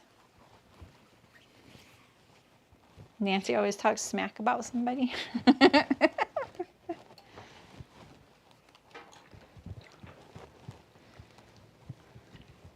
Imagine. Imagine we had like this like feud in the chat. Oh God. That would stress me out so much.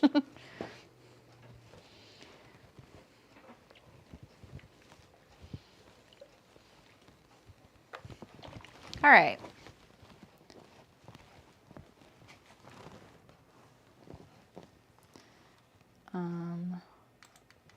There we go.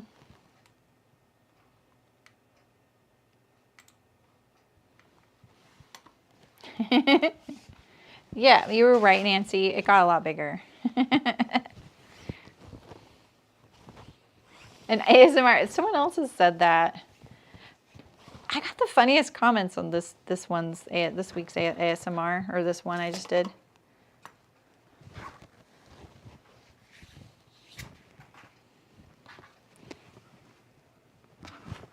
I don't even know like if I should do those videos, but the way I look at it, I'm like, you know, it's a video, you know, because I'm there cutting and I'm there sewing it. I might as well just make a video. Look at that. I can totally get the front in there. Okay, fine. Ironing works. You guys are right. Yeah, the other little bodice piece is pretty small though, and that's why I ironed this little piece. I think it'll be fine in here. That's what I'm thinking.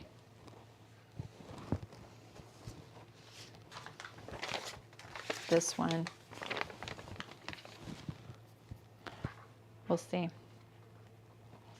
You noticed, yeah, Nancy? Yeah, like when I was like, I've been a little bit more like, because I've kind of like, sometimes I'll get, like I got a comment recently on a video and they were like, I appreciate your thoughts and feelings, but I wish you would have made this 2 videos. And I didn't really understand like that comment at all. I was like, why?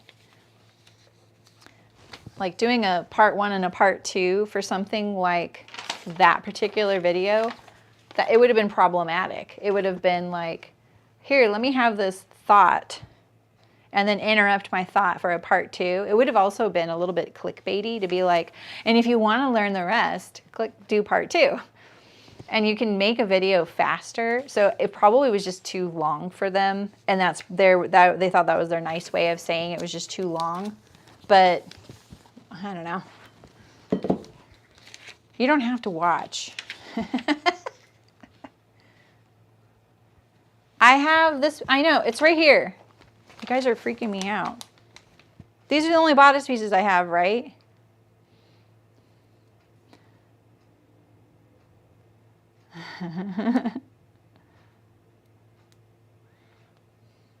That's all I have. I have plenty. Look at this. I have plenty of fabric now. You guys are spooked. You know, Michelle, that's so interesting you say that because I've been seeing a rise of that lately. Do you think a lot of it's just being funny and satirical though? Right, Martina? There goes our wearing ease, Martina. I know, I really should have ironed the other stuff, so. I didn't actually think it was wrinkly though. I had pulled it out and everything and like let it sit, so. All right, I'm just gonna cut this. I feel good now. Just making sure. I'm not gonna pull anything away until I've cut the whole piece because you know, this stuff sometimes will get caught in my table. My table's actually really good though. Even though it is very much sliced and diced, I just like to make sure. All right, ta-da! All right, we need our, I guess I'm gonna, look at this. This is, here, let me horrify you some further. I'm gonna do a screw punch. Look at all those holes.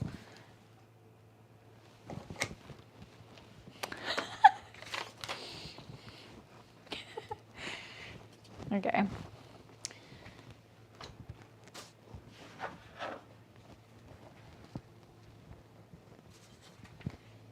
You do not really. So I think you're right. Yeah, and it's interesting because when I posted that picture on Instagram, of the free range slacks, it crossed my mind. And I was like, this is not okay that this is crossing my mind. So I think you're right.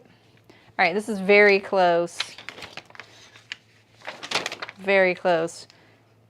But we got it, pretty sure. And I can kind of skew it a little bit. So, you know, not too worried about grain line. I probably should be, but I'm not too worried about grain line. I know it's important, and especially this piece right here. You see how it has this like long angle here. I'm making this bias a little bit trickier to deal with, especially since it is this rayon. But I got my piece on there, and it is going to be stabilized by the outer fabric, so I feel confident in my ability for it. Passenger shaming. That's an Instagram account. Yeah, the hole punch made me laugh because I feel like someone probably just fainted that I just marked my dart using it. But it is the way I usually mark my darts when I'm not streaming. It's not that I'm trying to hide it, but I know a lot of people don't have one of these, so that's why I don't use it a lot. And it's a Japanese screw punch. If you Google it, it'd be called a Japanese screw punch. It's for paper crafts and things like that. And it puts a tiny little hole. The tip moves, like when I see how there's this gap right here, that gets depressed, and then the whole tip goes like this, and makes a hole in the middle. And I use it to mark darts and other drill holes, like for pocket bags and things like that, placement drill holes. So I feel like doing that it's like gonna be more accurate than pinning Bemberg rayon. Oh look, Terry, we need you. She said to shout if we needed her. Let's see. I can handle it. I can handle it. I just don't want to ban somebody by accidentally. Unhide user. I've already hid this user. How does Terry do this?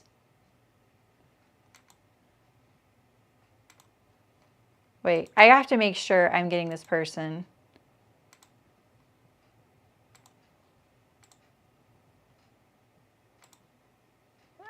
You got him? Okay, thank you. Because I'm having I'm taking forever. Terry is on it, yeah. I'm gonna refresh so I can't see it anymore. Okay, so we just have our side fronts. This is taking forever.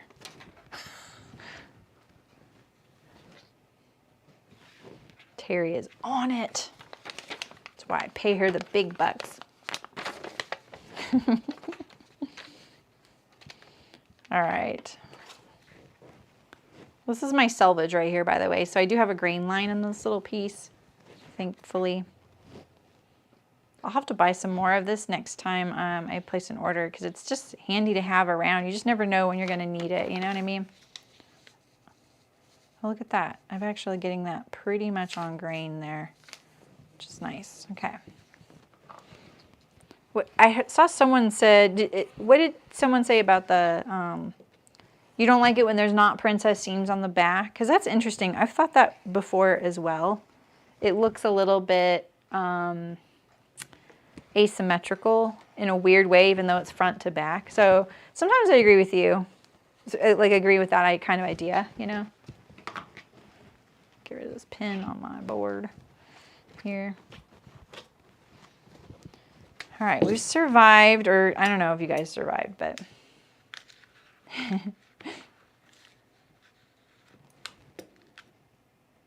Well, and that is exactly how Terry became a mod, is because I accidentally banned Terry, trying to ban one of those people. So I'm so scared to do it now.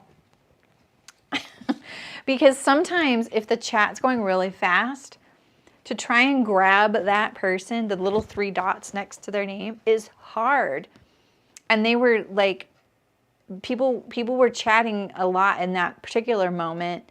And so even though there were like 8 of them, it was like every other comment was a real person. And so I accidentally banned Terry, and I was like, and so the only way I could get her out of prison was making her a mod, which was great. Oh, let's go iron this piece here and just deal with it, because we had our Jiminy Cricket, our talking cricket, remind me that I need to do that a long time ago. So I have to fess up to this piece here.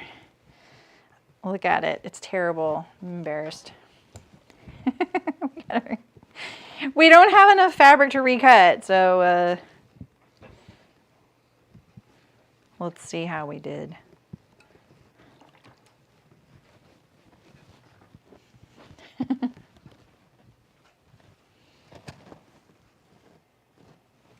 All right.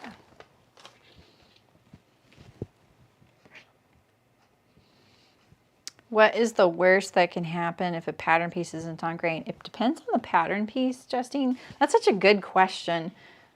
I think mostly what you're going to be dealing with that may be a problem is unintentional bias or extra bias, you know? So it could be a little too stretchy. But there's also some unintentional benefits sometimes when something's off grain. So, you know, like say you're doing a really fitted sleeve and you put your sleeve on the bias, it's probably going to feel a little bit more comfortable. It might feel a little funny though, until you're kind of used to it wearing that for the day. This actually really doesn't look that bad. So there's that. And maybe later on I'll think of a pattern piece that would be a really bad idea if there was some unintentional bias. With pants, you can have some unforeseen consequences with torquing. So the leg will twist around your leg if you don't cut the pants on grain. I feel like, and there's been so much talk lately about rules surrounding pants, right? And I think like personally, that's kind of the one that comes to mind. The one little rule you should probably stick to is cutting your pants on grain, you know?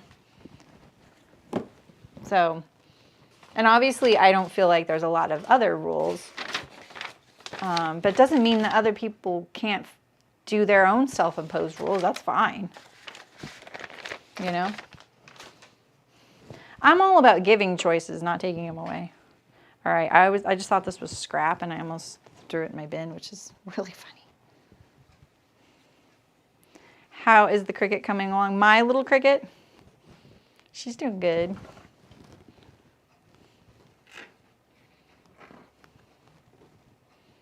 Yeah, twisted pants leg, exactly.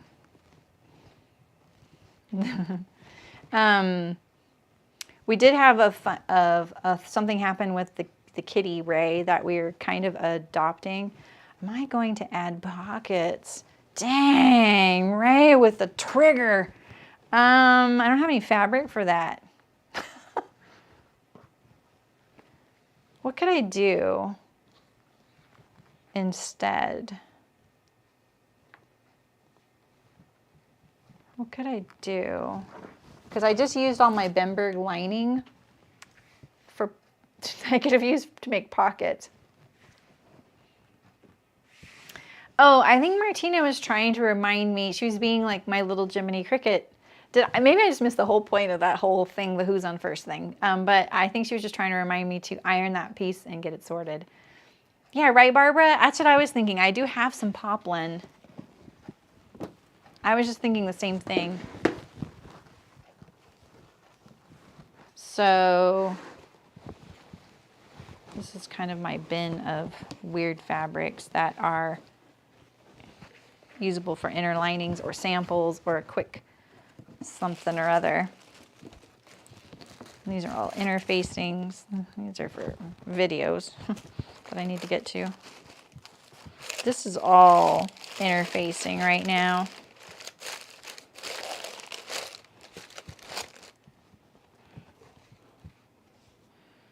So I have some poplin. I think going to skip, you know, the reason there's no pockets in this, I'm pretty sure, is because it has an invisible zipper, invisible side zipper. And it's okay. You can actually put an invisible zipper in a garment with a side zip, or you can put an invisible zipper in a garment with pockets. It's just not the best to have to explain, you know. So, Libby, hey, how's it going? Savage, Libby, why bother with pockets? You're not keeping it. Love it. I am sending it back, but it's still a wearable garment, right? I mean, we don't need to take away function.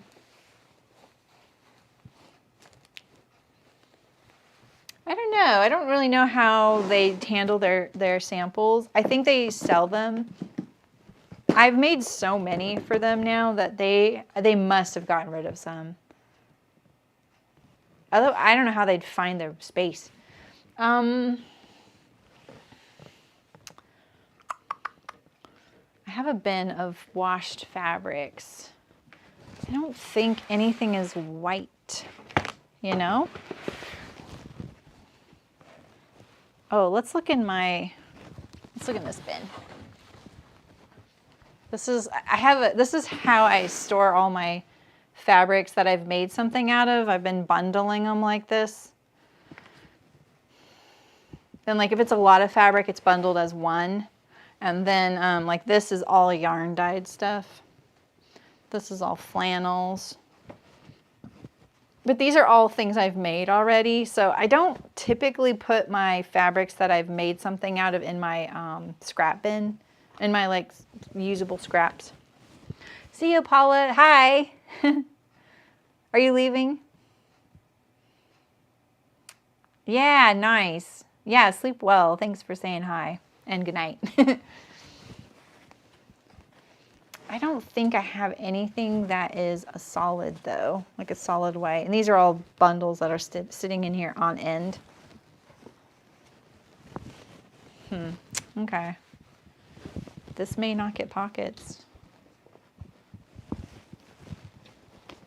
It just might not get pockets. Yeah, I just did this bundling thing because they were getting a little, it just made them more compact, you know. I really don't have anything. I have so much fabric, but I just don't have anything. Isn't that crazy? Oh, I write a whole thing, Libby. Like you know how like I do the synopsis on the website? I print that out and I just tailor it a little bit to hearts.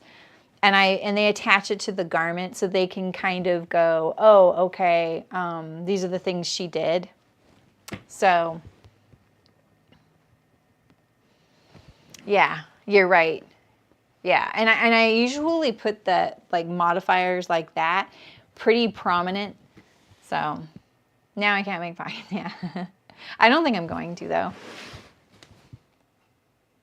They'd probably give up sewing forever. You're so dramatic. They're like, I was at Hearts Fabric and I saw this dress and it had pockets, but when I made it, it didn't have pockets. I'm never sewing again.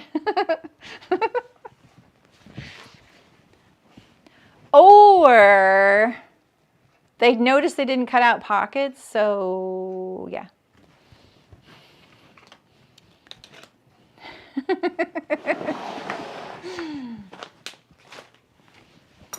That was my reenactment of Libby's comment.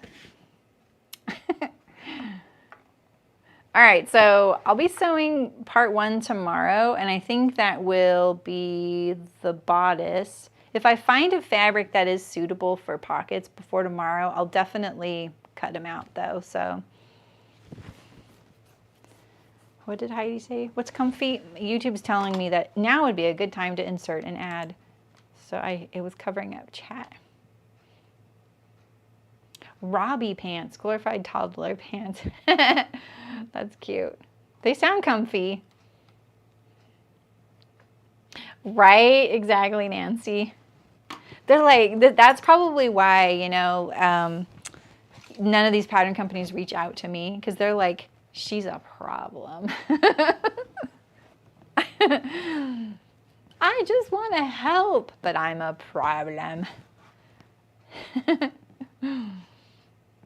Yeah, I just don't, I may have, maybe I'm thinking like, if I have a fabric in a bin already, you know, like that's why I was looking over here. I was like, all right, I don't think I have anything in any of these bins though that would, because that's a linen, that's the bag. So next week, is this it? Oh yeah. Just so y'all know, this week I'm doing this, but next week I'm doing this pattern here. And it seems like everyone's getting pretty excited about it. I'm doing the Belle Baby Bag by Swoon Patterns. I've never made something by Swoon Patterns. And look at that bag. Look at all the detail in it. I'm pretty excited because I really like bag making, and I know a lot of other people do. I don't think you'd have to use this as a baby bag either. And Hart sent this project to me as well, so check all this stuff out. Look at all the stuff I got. I was like, what is this bag? So I have this fabric called, I think it's called Moon Rabbit. It's got little bunnies, and it's very cute. There's a lining. This is all, look at all this interfacing. I'm like, oh. And then there's Soft and Stable. I have never used this before. I always used something that was like Peltex 70. Wait, not Peltex 70, Pelon 70. Yeah, there we go, Libby. I like that. I was going to use my pocket pattern from the SBS. Oh, perfect, Heidi. That's awesome. I'm not sure if it's Japanese or not, Michelle. It's a good question. Let's see who it's by. I think it's printed here. It's printed in the USA. Oh, that's actually kind of cool. Moon Rabbit by Paintbrush Studio Fabrics. It's Okotex. You didn't mean for that all, yes. You do look excited. Okay, and I wanted to show you all the gear they sent. Oh, yay, Terry, that is really cool. Well, that's what I'm wondering, Aisha. This is what they sent. Look at all this stuff. So I got, look at all these containers. Purse parts and hardware, swivel hooks. I wonder what they call these. Just rectangle rings. Okay. Only one zipper.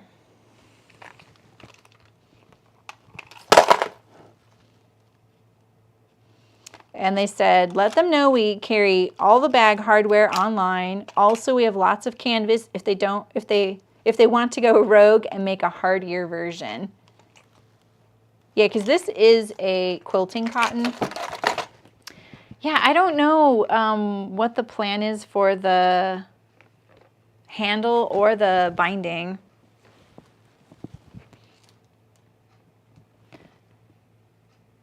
Because this is like leather straps or fake leather straps and fake leather binding.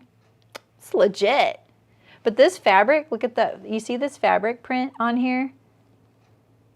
It's horses with horseshoes. I'm pretty sure I have a dress from this same group. It's got jackalopes on it. One time I had this roommate like a long time ago. I was like 20. And she was from New York, and me and my boyfriend at the time convinced her that jackalopes were real. I felt kind of bad later on. She was so sweet. All right. 6 yards fusible, 1600 picking rings, will clip. So The instructions here that they give you, or for the materials needed, just say exterior fabric and lining fabric, but I don't see one of them being, oh, it says 2 yards of pre-made piping, which is optional. So I don't think I'm doing the one with piping. I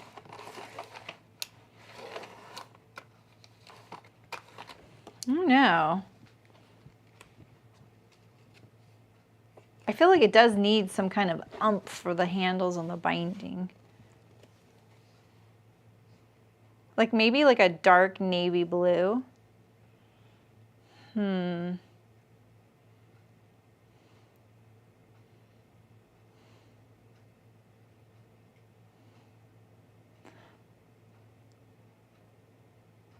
You got your husband all excited.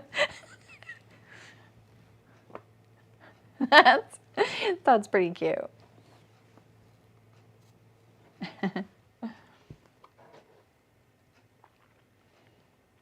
Yeah, I don't know. What do you guys think about like handles and binding? So I feel like the choice you make with that could tip it into full-on baby bag or purse or craft bag. You know?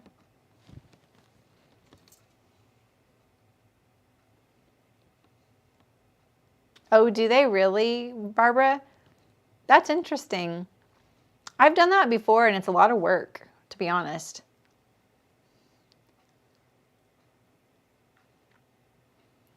So jackalope is like snipe hunting here. Oh, I have heard of that. Yeah, I think so. A jackalope is a little bunny with antlers.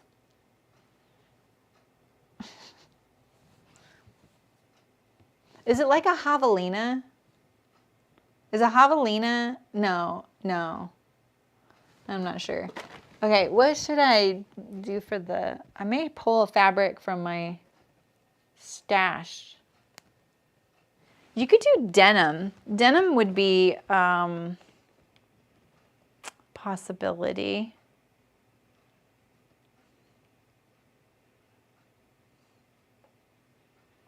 It looks big enough to be a carry-on bag. Okay, let's see. 15 inches wide. Let's see. I'm kind of curious about the size here. All right.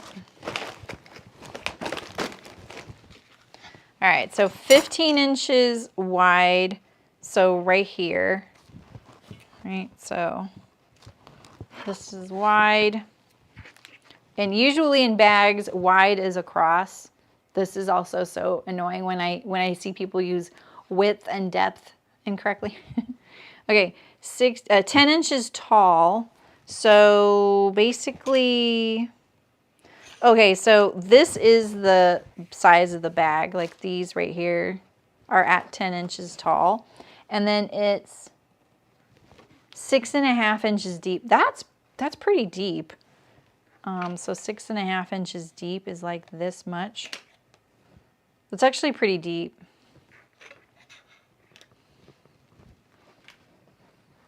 Yeah, if you do Terry, it's a little tricky. There's a few different ways to do it. What I would recommend is making the tunnel for the webbing and trying to center the seam of the tunnel of fabric in the middle of the tunnel, like center the seam and press the seam open. So like while it's still inside out, press the seam open, turn it inside out and center it, and then try and put the webbing down and edge stitch it. It's like you don't really want the edge stitching to fall off or it to miss the webbing on the sides. It has to be tight fit. And there's other ways you can do it too. All right. I think denim could be an option. What do you guys think? Denim? Denim.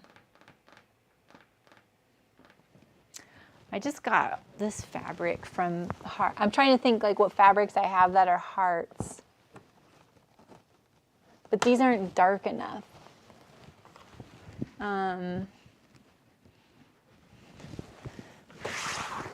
Oh, you know what I think I have?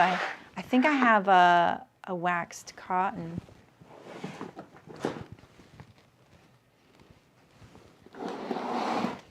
Yeah, denim could be weird. So this is the fabric I got as a gift from, oh, you can't really see it very well. Maybe up here. This is from Lush Cloth. But this is from Minerva. So I'm going to be making, oh, what is that? Ah, I got a little stain on there. I'm going to make Caroline pajamas out of this. That's what I've decided. I've been inspired by Terry's pajamas. All right, so these, I got all of these from Hearts Fabric recently. I can bring up the brightness. But I don't think any of these will work. Oops.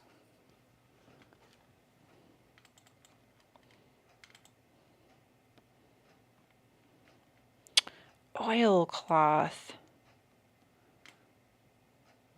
But oilcloth might be too weak once it's been sewn.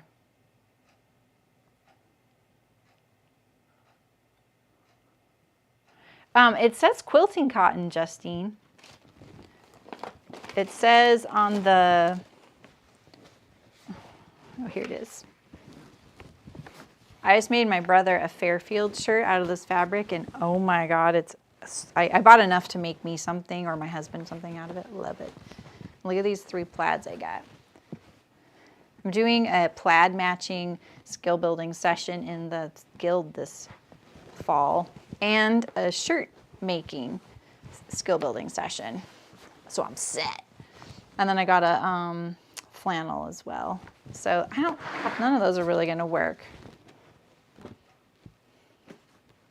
Yeah, you know, I do have like a lot of oilcloth, but I use it as tablecloth. I actually use it as a tablecloth. Yeah, the wax canvas. I was just thinking about how I have this right here. So I don't think I have enough of it anymore. See this? But look at that. The color matches so good. Oh, this is where I put these. I knew I put them somewhere. I got this purse handle set, I think from Noodlehead. Bags that sit in my office and don't get used. Okay, I'm on the denim idea. Like the denim idea. Let's see what I have denim-wise, because I don't have much right now.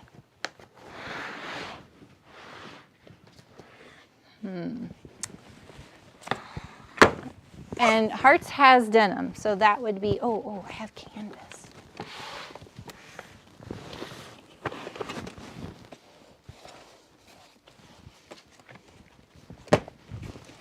Okay.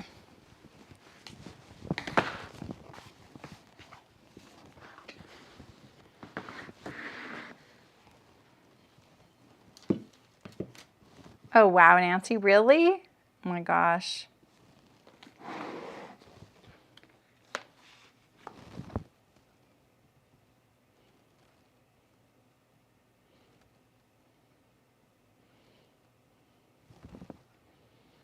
What did they send me? What do you mean, Libby? This is the fabrics they sent me right here. But we're thinking like the handles and the binding maybe doing in a denim.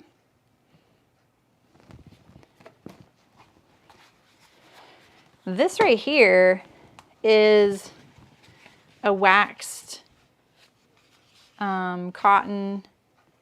It's by, is this Robert Kaufman that does waxed cottons? I bought this for doing Sandhill slings. So it looks pristine right now. It will not look like that once I start sewing it. Yeah, maybe. I don't know about that. We're thinking about denim. Using denim. Like this right here. What about like something like this? Why is the lighting so dark? Yeah, for the handles and the binding. And this is actually non-stretch. This is next week's project, by the way.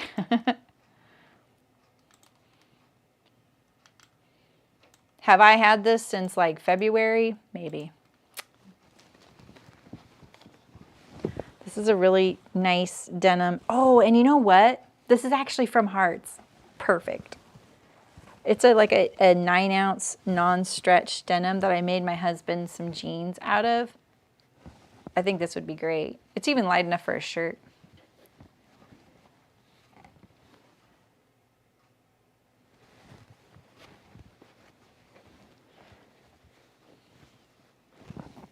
Craftex. I've had pretty good.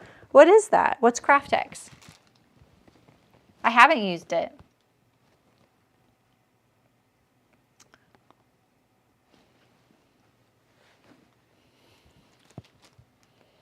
Yeah, I think I'm going to do that. This has a nice texture, this denim. It also has occasionally these little like white spots. It's pretty modern looking too. I like that. Yeah, you know, Michelle, I don't know about that either. Like, I've wondered that too. I have done it a couple times, but, oh, I actually do have an example. Here, let's put this back though. This goes in here. Oh, what's this? Oh yeah, and so I have canvases. Canvas is an option. I have a navy blue canvas.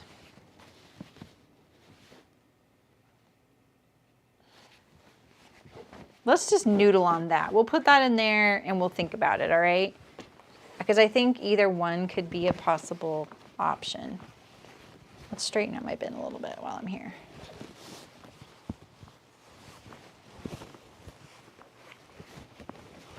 Okay.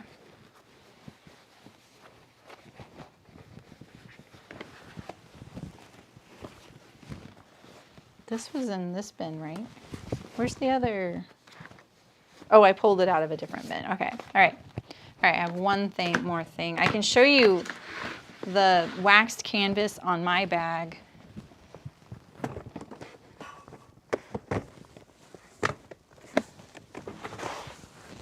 Where's that bin coming from? What the heck?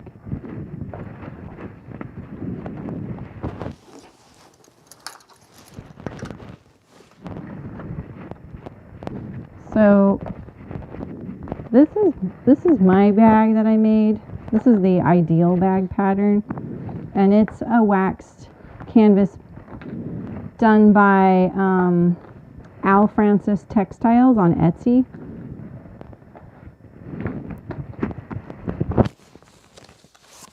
This is how it looks when you first get it. It's pretty true to how it still looks. This is darker. This is lighter. I can't say the same about this. This stuff, watch.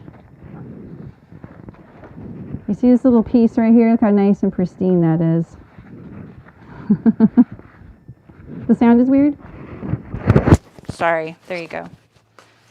Look at that. Sorry, I fixed it. When did I make this? Long time ago now.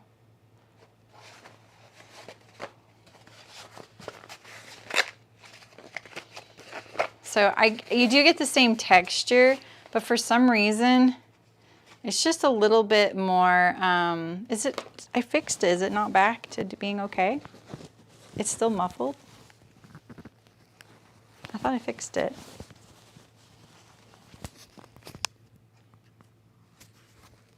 I'll flip it over. Is that better?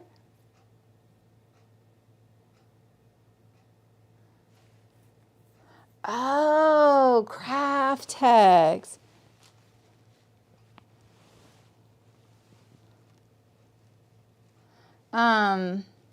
Where's my noodling buddy tonight, Shim? Yeah, I don't think he can come yet. Sounds good. Oh, okay. He just got back from camp. Thank you. Okay, yeah, okay. Interesting, Susan. Yeah, that's right. I have seen that stuff. I don't know, remember where I saw that, but yeah, that sounds familiar. I'll have to try that stuff sometime. Yeah. To me, it's kind of surprising how much more saturated this is, but I don't notice it. And people actually stop me and ask me about it. But look at the straps. So I lined them in Liberty, and there's no creases or wrinkles in my straps at all. Isn't that crazy? It works really good, but I did use a piece of Pellon. Remember? I put a little piece of the stiffener in there to get rid of the channel that you would get down the center, so it's nice and smooth. Look, that works really good now that I think about how we did that. So I just put a little narrow piece in between the seam allowances down the middle. Dang. We gotta start recording our successes and our failures with all of our experiments, right? Look at the back pocket. There's like no wrinkles at all in it. You can see them more on camera than in person. Oh, I can finally cut this thread. Don't you hate it when you have a handmade thing and you forget to cut the thread? Yeah, so it's weathered pretty good. Oh, I got something on it the other day. All right, well, I set aside the denim and the canvas in that project. I'll run it by them as well. Make sure they're okay with that. They're usually okay with anything I do. They're so nice. So, and that denim is one they carry. So, yeah, that's a free bag pattern, by the way, on my website. It's called the Ideal Bag if you're looking for, and it looks different because the whole point of this bag was that the chat designed it. So mine is a little different than the one that we came up with. I never use the zipper, but except like if I know my bag is going to be sitting somewhere I can't hold it. Right, Anna? I know, exactly.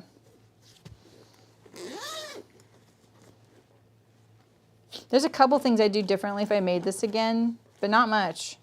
It's working really good. Oh, if Shem were here, I could show him my collapsible water bottle holder. So that's what this is right here. But it's collapsible just in case you don't have one. It fits my wallet. I never use this flap. Like, this flap is like, I could take that off. And then this is gusseted for a laptop, but I use it for a book and a binder. So, and then my phone pocket. This is the big thing I would change is I really love it, but it only works if I'm wearing it. So if the strap is over it, I can't get my phone in and out of this. So that's my feedback, is that I put this little phone pocket here and I don't use it very much. And I took the flap off of it, but it fits my phone great. It's just that the strap's always in the way. So, unless I'm wearing it. So, yeah. Anyway. All right. So, that's next week's project. I think that'll be fun.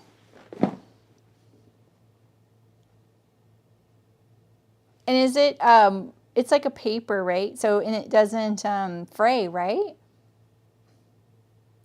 I love that Susan and Sue are both talking about it. So, I was starting to get confused. I'm glad your icons are different colors.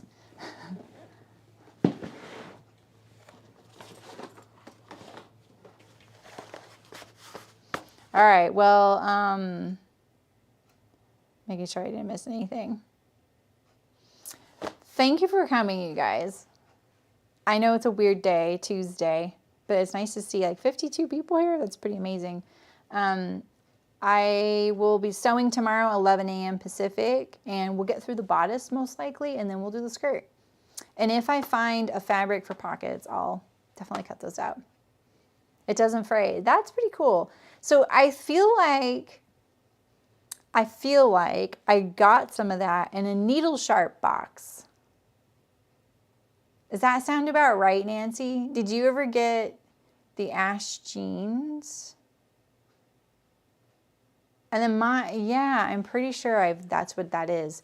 Now I know what that is. That's what it, yeah, because it was made for the back of the jean. So, yeah.